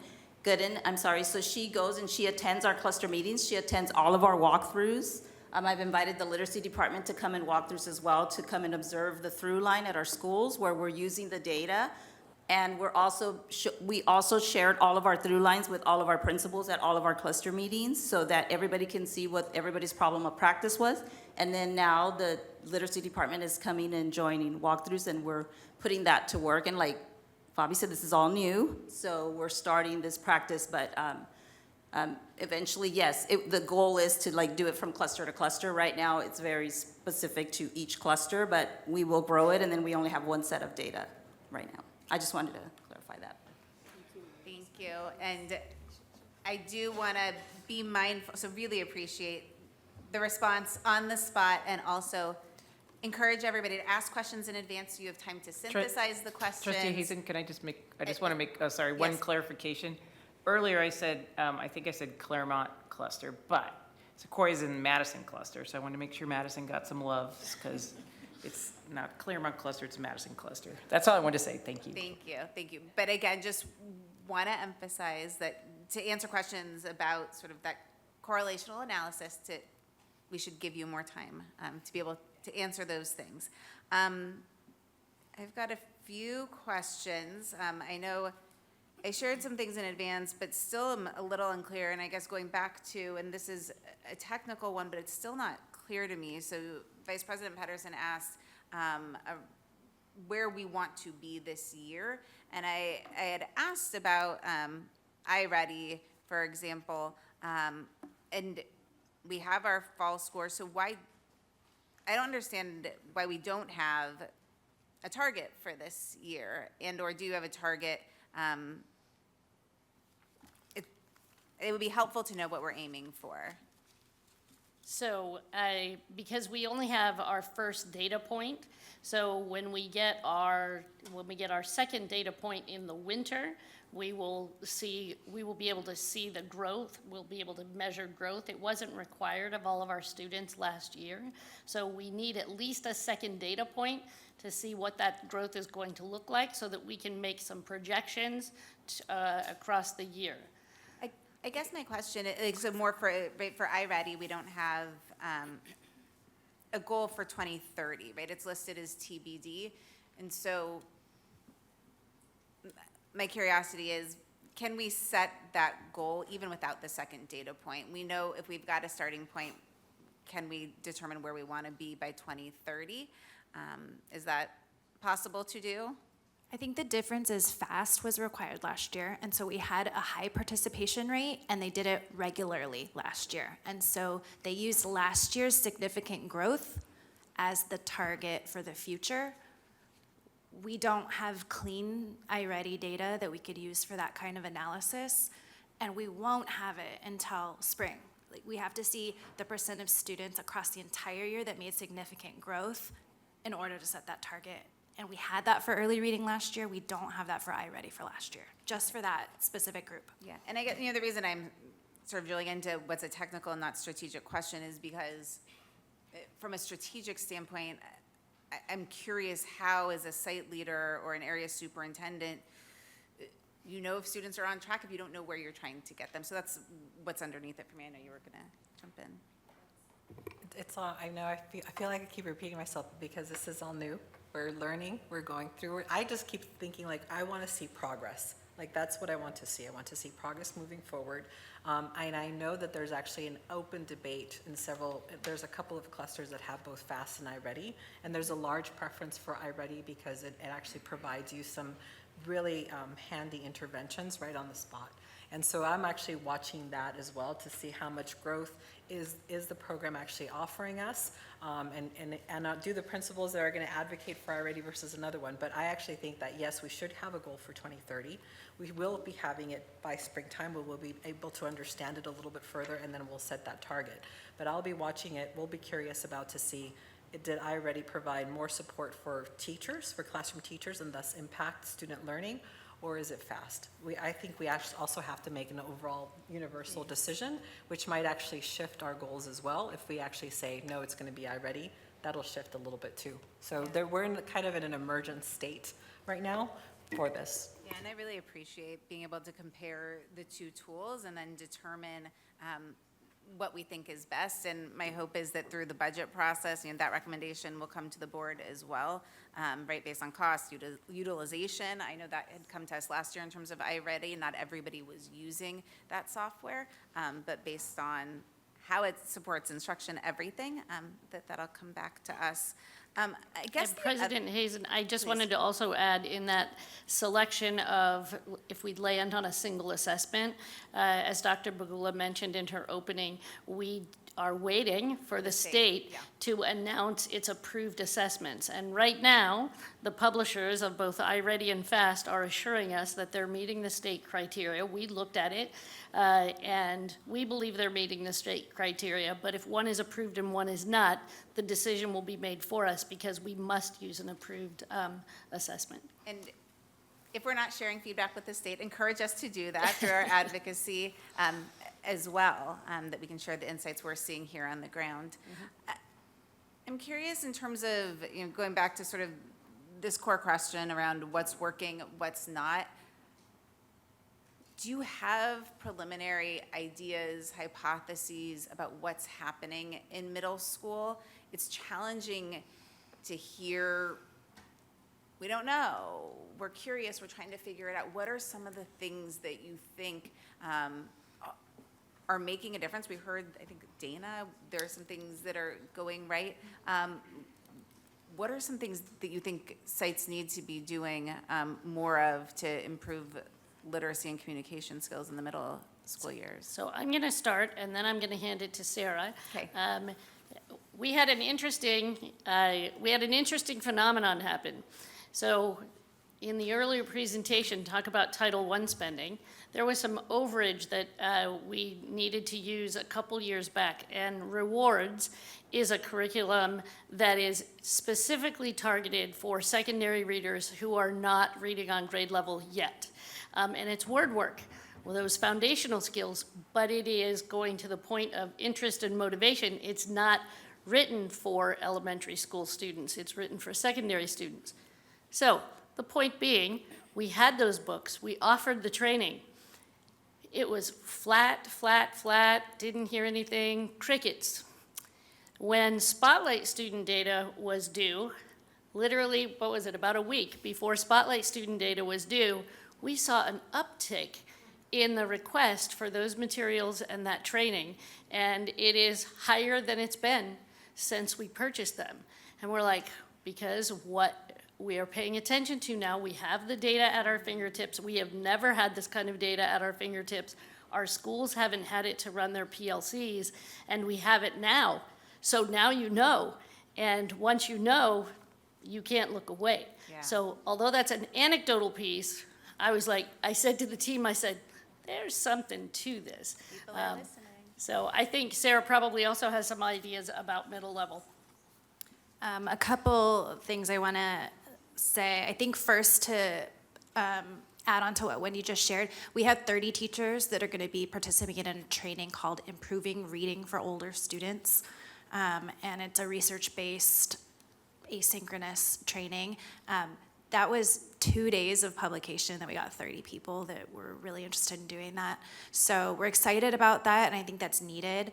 But we looked deeper into the data when we got that question from you, and the decline is greater for some of our student groups than others, and it's extremely concerning. And we do believe there are many factors that affect belonging in middle school, and from 5th grade to 6th grade, you go from one teacher to 4, 5, 6, 7, depending on what school you go to. That's a lot of relationships and different things to manage. So we have looked deeper into the data, but we want to talk to more of the sites, the leaders, the teachers, and the students at those sites to have more information. So on the one hand, we're providing additional training for our educators to meet that need, but we also know that there's a lot more going on in the student's life outside of just that English classroom too.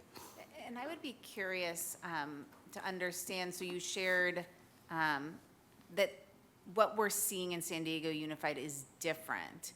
Right, that we actually see declines in middle school that you don't see replicated across the state. And so I appreciate looking and hearing from principals and teachers here, but what's going on elsewhere that they're not seeing the same trend? So I think finding out and then sharing what's happening, what strategies are working again so that we can target our investments is going to be really, really important because it sounds like other folks have solved this problem better than we have. I want to add that Area Superintendent Michelle Irwin, along with our interim Deputy Superintendent Carol Osborne, are working on a middle school redesign plan. I'm supposed to get it within this week. And I know Trustee Baldus asked about Marston Middle School. We took a field trip to Marston because they have a great way of engaging middle schoolers in the morning. And, you know, you asked for the ELA data, and what I see here is all blues and all increase. For that. And so they address their learning by thinking about belonging and engagement and motivation, and that's how they begin their day. I know that the Student Advisory Group is really keen on creating a video highlighting this program. They're going to be able to talk to middle school principals to advocate for this change across the board. We actually want to make sure to show you the video and perhaps even take you on this cool field trip to see some really great ways that they're engaging students, but we're seeing growth and they're seeing consistent growth over time as well. So there's a few promising practices that we're going to try to replicate, and we're going to start with belonging for middle schools just because of the adolescent stage. And like I said, Michelle Irwin is working on a redesign plan right now. So I think that it's really helpful, and I think to be able to hear it through, through these reports, right? To be able to identify what are the strategies. You just described what sounds like a really impactful strategy, right? And we even had a student trustee who said, what about this thing? I think it may be a promising practice, but being able to see that here is important. Related to that is the athletics program that's just coming online. We used to call it intramural, now they call it something else. Middle school athletics, yes, and to see them engaged. And Richard, you were at Crawford with me when the students were running on the stage and almost tripping over our feet. They were so excited. I think we have to look at it comprehensively, not just about, that's the motivation piece. They're motivated to come, to participate, to get involved through athletics, through VAPA, through the social dancing or whatever it was they were running up there to do. And one other thing, just this is about a subgroup, and I know Trustee Patterson spoke to it, but you were talking about students with disabilities, and that it's not a monolithic group of students. And so I guess I'm curious, we see the trend line for students with disabilities, and I think it would be helpful to be able to disaggregate that data to really understand which students with disabilities are struggling, which are showing positive results. We've heard from some parent groups about 2E students, really thinking about those students who are twice exceptional, and might they be potentially skewing the data upward? I don't know, but I think really helping us to understand within some of these subgroups what we're really seeing, because sometimes we group everybody together and it's hard to know what's working, what's not, and how kids are doing. I spoke to Dr. Watkins in special education. She is aware of these results, and they are working on disaggregating them so that we can bring that information back to you in March. So we started looking at that as well. And with the 2E students that you mentioned, I'm starting to look closely at that data because interestingly, we also have some of our students who have been identified as GATE in our Spotlight student pool as well. So what's happening there? So, and working with our GATE DAC on that. Thank you. I'll follow up as well because I know that Dr. Watkins was pursuing I forget the name, but there's a very specific way to look at that data, and it's a whole data system that the county office of San Diego County Office of Education has set up, and I know we were in meetings with them to pursue it. But I haven't followed up if we actually went through with the contract, but it would be really important to have. Thank you.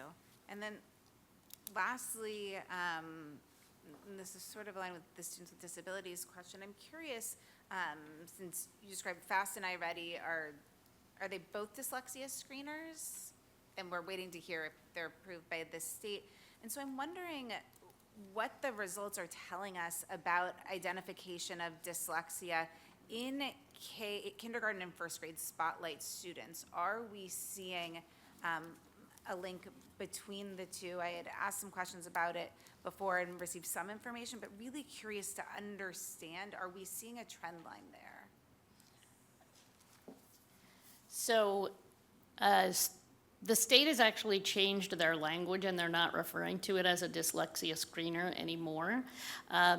Dyslexia, there is no one single measure that can say a student does or does not have dyslexia. So the screener is helping us to look more closely at students who may have dyslexia. So that's what this screener is intended to do, and it has to have certain elements in place.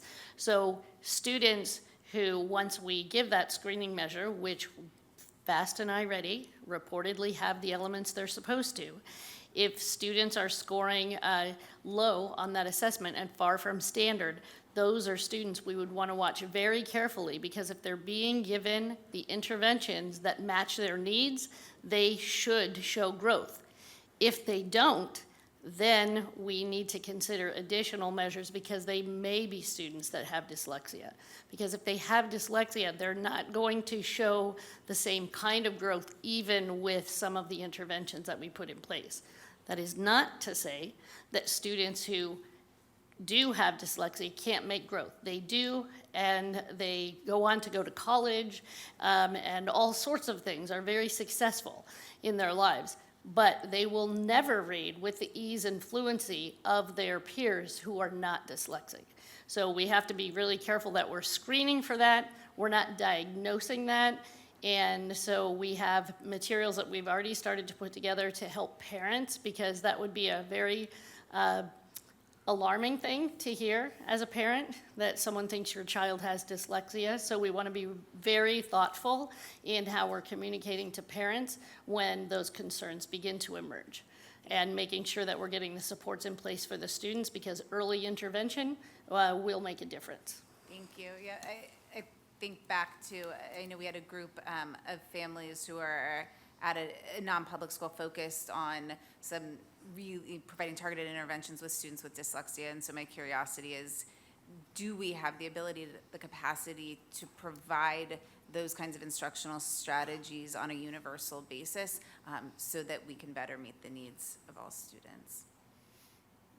I think those are all my questions. Appreciate the And then report.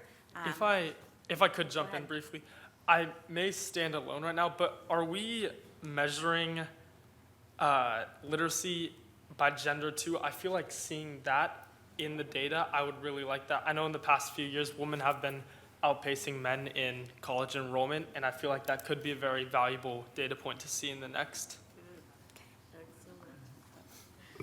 That's a great point, because dyslexia also does have a disproportionate representation in males. So thank you for that suggestion. Thank you. There you go. That's right. That's right. All right. Well, thank you all for your questions, discussion. I know we will hear feedback about our questions from Ben, but really appreciate the work of the team and look forward to our next report. Thank you. Thank you all. Thank you. Thank you. And we'll now consider items F1 through F4, collective bargaining, personnel matters, and student discipline. Is there a motion on F1 through F4? Thank you. We have a motion and a second. Are there any speakers on section F? All right. Any questions from trustees? Okay. Let's go ahead. Trustees, please vote.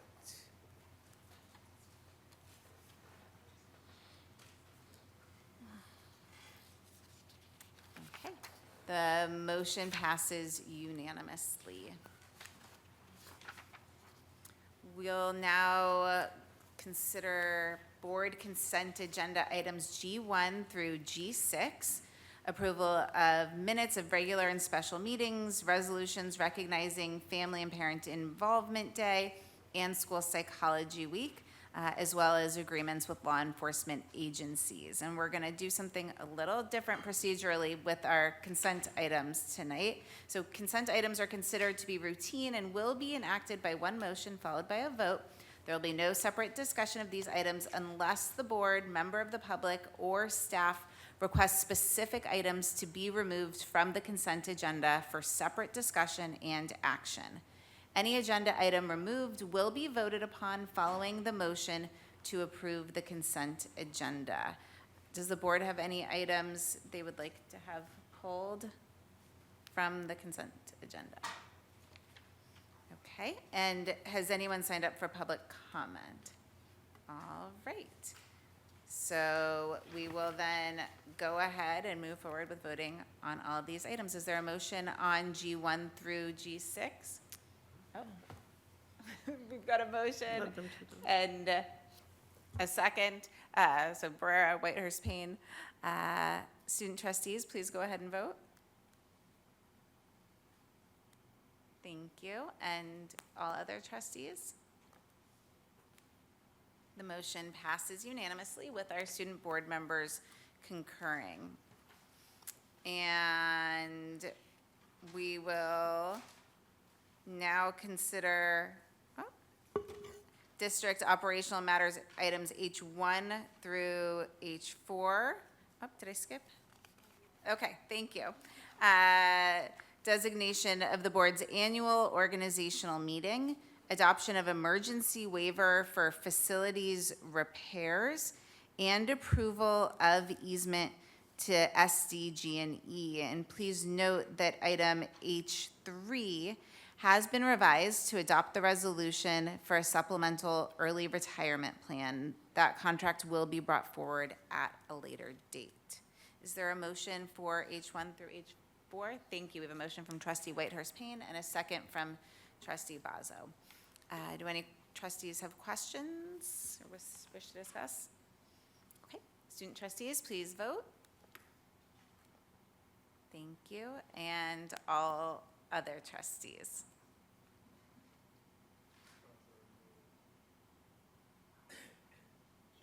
Do you need us to do it again?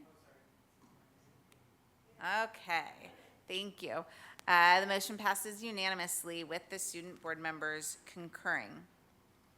We'll now conduct a public hearing and consider taking action on item H5, which is a resolution and determination that an increase in school facilities fees is exempt from further environmental review. The public hearing is now open. Are there any speakers on H5? Okay. Thank you. Then the public hearing is now closed. Is there a motion to approve the resolution and determination that an increase in school facilities fees is exempt from further environmental review? Thank you. We have a motion. Is there a second? Thank you, trustee Bazo. All right. Do any trustees have questions or wish to discuss this? All right. Trustees, please vote.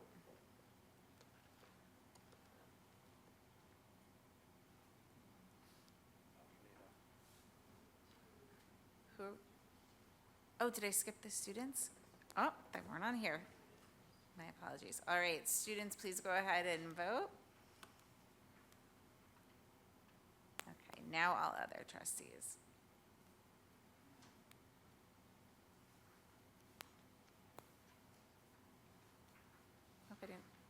Did it light up? Oh, I missed it. Okay. Passes unanimously. Thank you. All right, we'll now consider items I-1 through I-49, the superintendent's consent agenda. As I shared earlier, all items on consent are considered to be routine and will be enacted by one motion followed by a vote. There'll be no separate discussion unless the board, members of the public, or staff request specific items be removed from the consent agenda for separate discussion and action. Any agenda item removed will be voted upon following the motion to approve the consent agenda. Items I-24 through I-27 and items I-30 and I-31 were previously withdrawn by staff. Does the board have any items they'd like to have pulled from the consent agenda for discussion? Okay, have Any members of the public signed up for comment on section I? Okay, very good. Dr. Bagula, are there any items on the consent agenda that you'd like to highlight?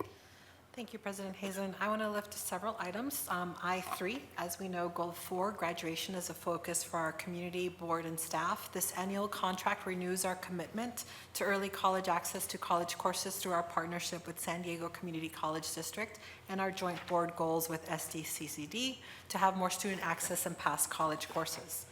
Item I7 renews our partnership with San Diego State, which will provide intern teaching services throughout our schools. Research shows that mentor teaching during this internship period for these young professionals is very important in their career development. And finally, item I15 is for extended learning opportunities. This is to streamline enrollment processes, track HR data across third-party district providers, and consolidate attendance accountability for these programs. This cost is over 5 years and actually saves us over $200,000 in ELOP funds. Thank you. Ooh, we like saving money and having better data. Thank you for that. All right, is there a motion on items I1 through I49? We have a motion from Trustee Cruz. Is there a second? Thank you, Trustee Whitehurst Payne. Student trustees, please vote. Thank you. And all other trustees. And I won't look down this time. The motion passes unanimously with student trustees concurring. We'll now move on to public testimony. Do we have anyone signed up to share public comment? Yes, we have about 8 speakers signed up. We have, I believe, 5 in person. I'll call them first. If you could please come to the podium. You'll each have 3 minutes. Brian Fan.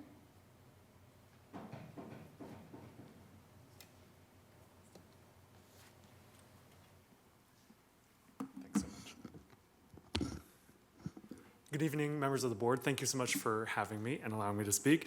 My name is Ryan Fan, and I'm here representing Mejdal Arab Community Center today. Am I speaking loud enough? All right. Right here? Say it again. I can. Oh, thank you. Yes, sorry. I'm a little too tall for the microphone. That's okay. All right. Thank you again for allowing me to speak today. My name is Ryan Fan, and I'm here representing the Mejdal Arab Community Center. Yeah, came through. All right. I have a short statement here. We'd like to again express our gratitude to the board for approving the Arab American Heritage Month resolution in April 2024, April 16th to be precise. And we'd like to renew our commitment to working with San Diego Unified, the board, and other community partners to implement the resolution and to continue supporting all of our diverse learners, including the thousands of Arab students who are enrolled in San Diego Unified schools. And if I may share a quote from Interim Superintendent Dr. Bagula during the Dia de los Muertos and Latinx Student Voices celebration, she said, and I quote, "If we listen to what our students are saying, what a beautiful culture they come from, but how they feel like they still don't belong. I think that's why it's important for us to honor them. What a beautiful opportunity to not only think about who they are and what they represent and what they contribute to society, but letting them know how important their contributions are." Thank you for that lovely quote. I think similarly, we're eager to collaborate with the board to uplift Arab American voices, our own students, and to increase cultural competence for our students and our staff overall. We hope to work together to design and implement inclusive curriculum to address misconceptions and misrepresentations, to combat anti-Arab racism and Islamophobia, and more generally to create a safe and supportive learning environment for all of our students. As a part of these efforts, we encourage the motion to disaggregate demographic data, which I know many people have been talking about, to align with the shift in the US Census to include a Middle East North Africa category, which hopefully will get even more detailed soon. Furthermore, we look forward to collaborating with the board to implement the recently passed Assembly Bill 2377 to implement religious accommodations for physical education classes. And that would apply to any students who are fasting for religious reasons, whether they be of Christian, Jewish, Muslim, or of other faiths. So that's all I really wanted to say, and we continue to be invested in these processes, and we look forward to working with all of you in the coming weeks and months. Thank you so much for your time. Thank you. Oren Robinson.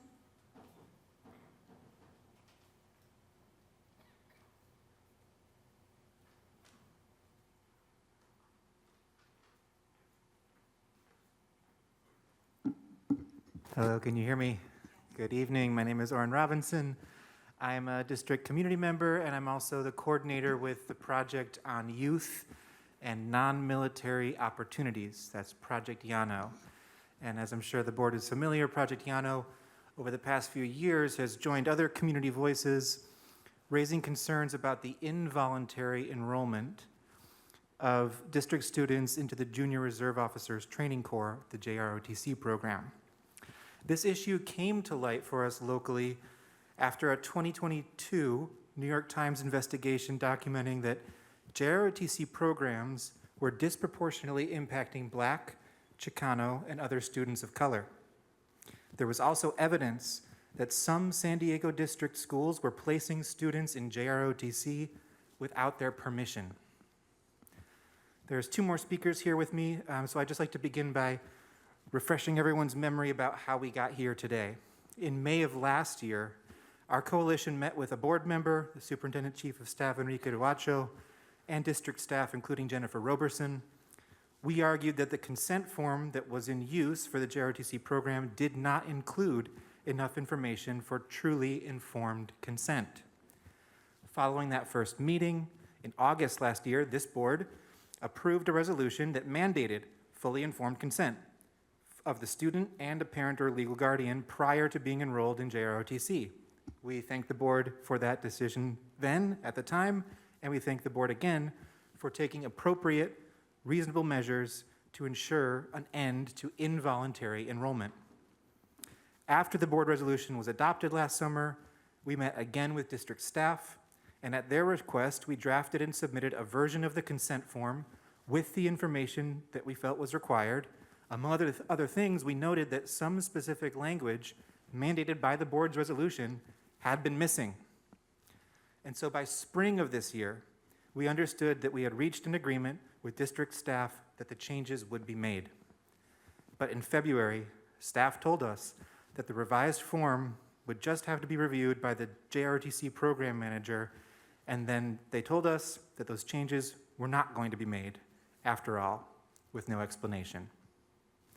And so we meet here today, and it seems that someone, possibly the JROTC program manager, has unilaterally vetoed not just a clear resolution passed by this board, but also nearly 2 years of earnest consensus building among the board, staff, and community to see to it that the board's resolution is actually implemented. So our question to the board tonight is simply, who is in charge around this? Who has the capacity to ensure compliance with state law and to prevent the continued and ongoing enrollment of students without the full consent of their families? This is urgent because this form will be completed in December, so thank you for your vital attention to this matter. Thank you. Rick Janko.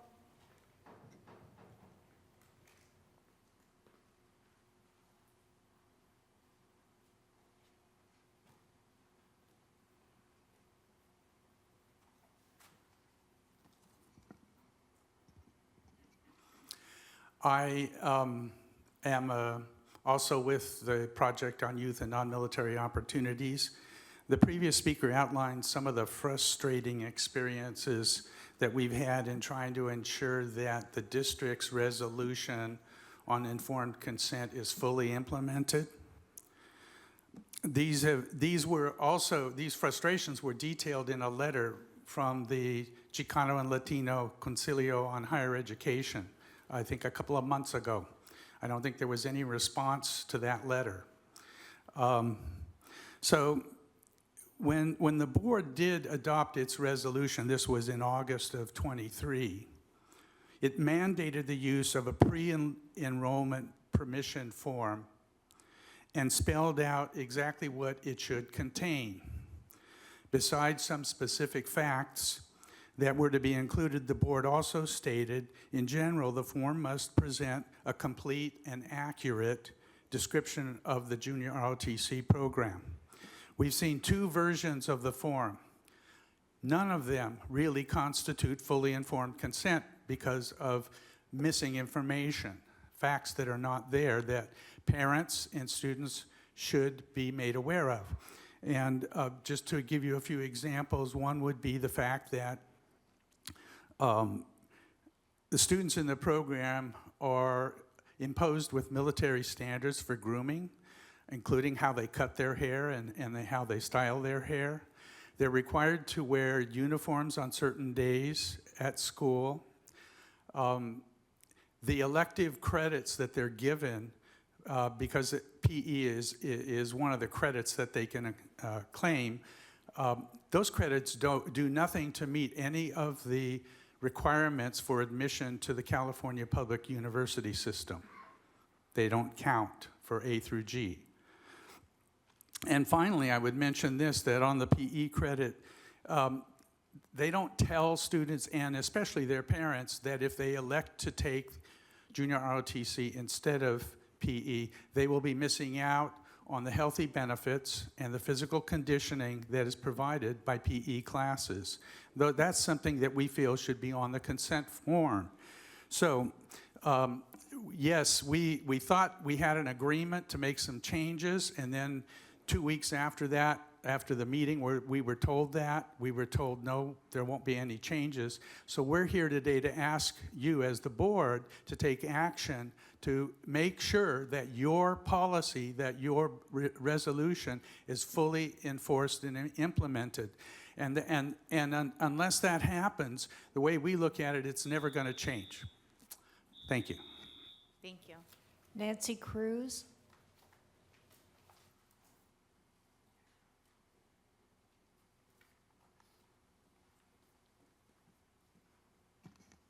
Hello, good evening. My name is Nancy Cruz, and I'm a Mission Bay High School alumni. I'm very proud of the education that I received at San Diego Unified that allowed for me to be successful at UCLA and graduate with a double major in sociology, Chicana and Chicano studies, and a minor in labor and workplace studies. So yay to all the alumni out there. We're here still doing the work. After I graduated, I returned home. I have had the opportunity to be able to share my experience with students in the district, and I feel very blessed to continue to be involved civically and organizing in my community. When I was back, when I was in school, I was involved in advocating to ensure that students were not forced into JROTC, which is a violation of California Education Code. It is disappointing and alarming that 16 years later, there are still issues with the consent form. Back then, many parents did not even know their children were enrolled in the class. And to this day, the consent form does not give full information about what they are consenting to. I specifically want to urge you to be clear on the consent form about the fact that JROTC courses do not give students the equivalent physical conditioning and level of health education that PE provides, which has been researched in the field of health education. Researchers with NIH, the National Institute of Health, researched JROTC as a substitute for PE to compare students' physical activity and lesson context. They found that students engaged in significantly more moderate to vigorous physical activity during PE than JROTC sessions, and they were significantly less sedentary. This was in a report published in 2014. We live in a world that is becoming more and more sedentary, which research shows has impacts on our lifespans. In addition, the National Association for Sport and Physical Education wrote a position paper opposing exemptions for required physical education. They uplift activities that provide physical activity, including ROTC, distinctly have different goals than physical education. Your own San Diego Unified School District 2009 report that compared 2-year report fitness improvement records based on courses shows there was a decline in meeting health fitness zone requirements amongst JROTC students compared to students in PE. That's why I'm here to encourage you all to take a position and do better by students. This is an issue of equity, and we know that students are being targeted to enter this program in schools that are underserved.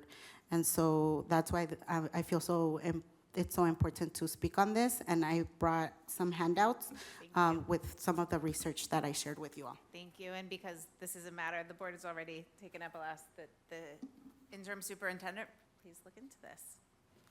Miles Timpson?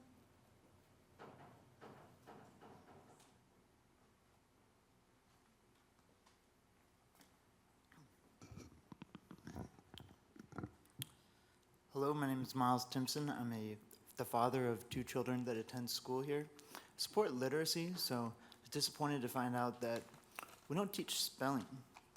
I printed this out from my kid's teacher. Avoid spelling words for your child. There's a sample script, how to interact with your kid. Child, how do I spell ball? Parent, do you mean how do you write ball? Child, yes. Parent, how do you want to write ball? Whatever the kids want. Encourage all attempts, don't worry about spelling. There are obviously correct and incorrect ways to spell words. Spelling is important for academics. It's important for professionalism in the workplace. It's definitely important in spelling bees. San Diego County has had a spelling bee for decades. The County Bee website shows the 9 most recent winners. None of them are from San Diego Unified. Do you have a theory why that is? I'm going to go ahead and say I'd like to see a county spelling bee winner from San Diego Unified. Why not us? We have more students than any other district in the county, more middle schools. There's no reason we should ever go 9 years without winning the spelling bee. I think telling students and parents that spelling doesn't matter is part of an equity agenda designed to make everyone equal because no one knows how to spell, when what we should be doing is teaching all the kids to spell and providing supports to those who need it. If you're a teacher and you want to teach spelling, I'm going to give you permission. Go ahead and teach the kids to spell. If you're a parent, especially if you're a father, if your kid asks you how to spell a word, tell them how to spell it.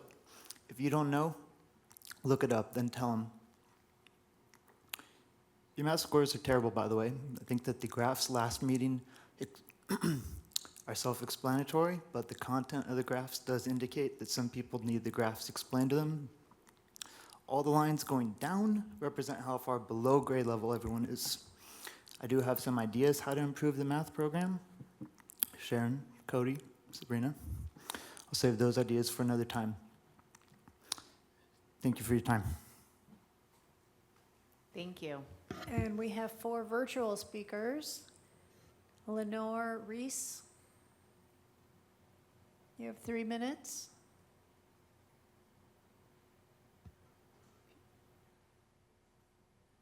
Ms. Reese, you can unmute, please. Yes, hello. Thank you very much for having me today. I actually have a group of students and we would like to speak together if we may. Mariana Diaz and Nydia Balswell. I'm not sure if you have them on your list. Yes, I do. Go ahead. Okay, great. Okay, are we all able to present together? Yes, please go ahead. Okay. Well, we're not together. They would have to be cued in. I think they're also on screen though. Okay, well, I was gonna go third, but I can go first. So we are here as we're pursuing graduate degrees in social work at the University of Southern California. And we are here to speak on behalf of the critical issue of child human trafficking. And it's critical because it's an $810 million underground economy. Human trafficking is the 2nd largest criminal industry here in San Diego. And every year, 3,000 to 8,000 underage minors are victimized by this illegal industry. And there's the average age of 16 and the youngest being 8 years old. And we have lots of areas we'd like to discuss in our little bit of time. My section was going to be the solutions at the end, and so I'll go ahead and skip forward to my part. So basically, the basic motive for human trafficking is financial profit. And what can we do as American citizens? We must be aware of the existence of the big societal hustler, acknowledging the importance of the problem. So we would like to suggest educating students about child human trafficking through programs like comprehensive sexual education that's already available in the public schools, as well as the drug education programs. And in addition, there's a site called San Diego Trafficking Prevention Collective, and they aim to protect every student from exploitation. So they have an educational program that is actually at no cost to the San Diego Public Schools, where they will come in and train and educate both the staff and early childhood education. And so that's two areas that we wanted to suggest for possible solutions, as well as equip the students to know what they could do to help, even if they aren't able to completely feel like they can advocate. They can just by simply observing. And Ms. Reese, your time is up. Okay, that's great. Thank you so much for. Thank you. Mariana Diaz. And can you remind them how much time they have? Can you remind them how much time they have? Yes, you have 3 minutes. Go ahead, Mariana. Good evening, everyone. My name is Mariana Diaz, and like my peers said, I am a graduate student for University of Southern California, and I'm just gonna go straight up to what exactly is human trafficking of minors. At its core, it involves the illegal exploitation of minors. This is a topic that often goes unnoticed, but is one that we must confront head on. So what exactly is? At its core, it involves the illegal exploitation of young people under the age of 18 for commercial sex acts or forced labor. In San Diego, we see this primarily as sex trafficking, where minors are coerced or manipulated into engaging in sexual acts. Now let's talk about who is affected. The victims are often children and adolescents, both girls and boys, who find themselves in vulnerable situations. We are talking about at-risk youth, including runaway or homeless minors, young in the foster care system, LGBTQ+ youth, and those who have experienced abuse or neglect. The statistics are alarming. In California alone, the Department of Justice reported over 1,500 cases of human trafficking in 2020, with a significant number involving minors. Here in San Diego, the Human Trafficking Task Force estimates that hundreds of minors might be involved in trafficking each year. In fact, a report from the San Diego County District Attorney Office revealed that about 40% of identified trafficking victims were minors. At the national level, California has the highest number of human trafficking cases in the country, and notable portions of those cases involve our youth. This is a call to action for all of us. We need to raise awareness, educate our communities, and work together to protect our children from these crimes. Together, we can create a safe environment for all of our students and ensure they have the support they need to thrive. Thank you for your time and your commitment to this important issue. Thank you. Nydia Boswell.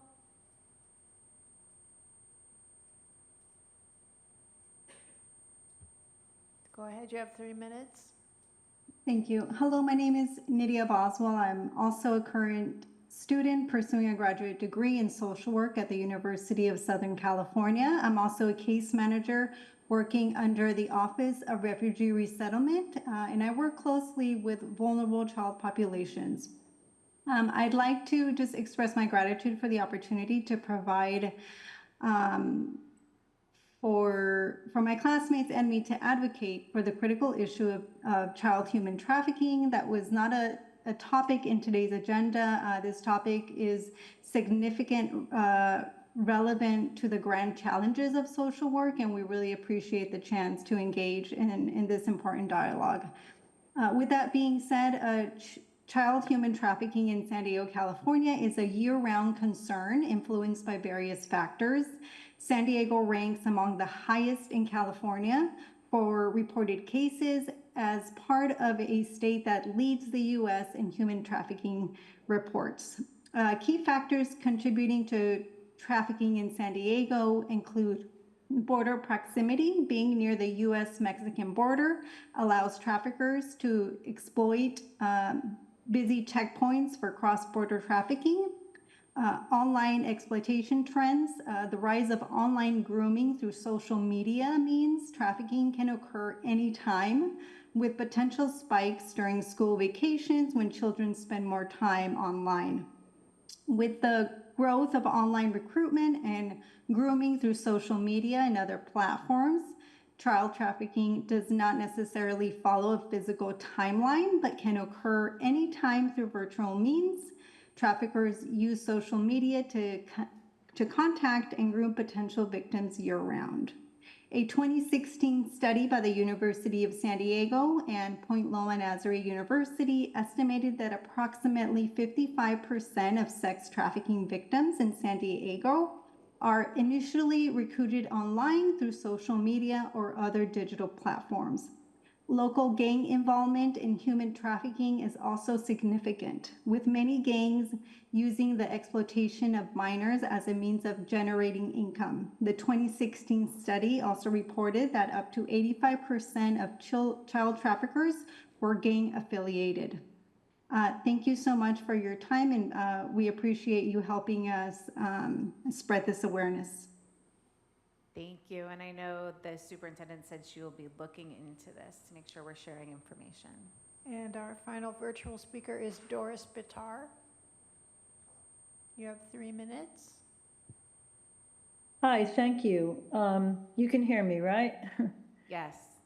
I'm with the ADC, the American Arab Anti-Discrimination Committee, and the California coordinator. The Arab and Muslim communities of San Diego are in crisis, they're under siege and in danger. This greatly affects our children as they feel fear when they're at school. I was struck also by Addison's statement earlier this evening about her friend who lost her life to suicide. I'm sorry about your loss. That tragedy is something that lives with you and all of us forever. My extended family has suffered the repercussions and pain of suicide, and so I understand it as a lifelong journey. What makes me think, though, about this is if resources are not available easily for Addison's friend, then how can it help other people, particularly Arab and Muslim students who are suffering for the past year, 405 days thus far? Mental health needs to be preventative when possible. Our community's request is that a public statement is made that shows understanding and support for Arab and Muslims' unique traumatic year of worry, family loss, and bullying. Our second request is to bring psychological resources to schools, perhaps where there are sizable Arab and Muslim students first. Trust must be built steadily, but our students need to be heard and embraced in their very tragic period of time. Personally, among my own friends, 6 or 7 Palestinian Americans in San Diego County, their losses amount to about 600 family member deaths in Gaza. That's a lot of people for just 5 or 6 people that I know who could say 12 family members died, 100 family members died, 67 family members died. And now I know of 600 deaths just from close friends. There are probably over 10,000 deaths grieved right here in San Diego County. My own family in Lebanon has roots in the South and are terrified. Our southern village has had one large structure completely flattened. I search the internet for information on my ancestral village once a week. This week, there was a vote in Congress that showed the importance of beginning to get to know the Arab American communities. vote on CR in the House is about stripping nonprofit status of Palestinian organizations who are aiding the relief work in Gaza or working on civil rights cases here in the U.S. My organization is one such target. Our new Senator Adam Schiff is ending his House experience by voting for this bill that weakens our Constitution. Fortunately, it did not pass. It needed to have 2/3, and it didn't have that. Let's keep our eye on his votes when he is senator. Let's be clear, this vote was about suspending our First Amendment in part.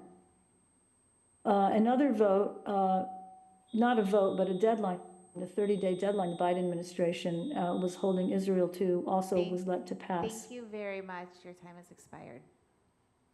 Um, All right. That is all of our public comment. Thank you all for taking the time to provide your comments to the board and superintendent today. We appreciate your input, and please know that your perspectives help us to better serve our students, parents, and the community. This meeting is now adjourned. Special board workshops will be held on December 3rd to review our real estate strategies, and December 9th for the development of Goal 1, student wellness. Our next regular board meeting will be held on December 10th, 2024.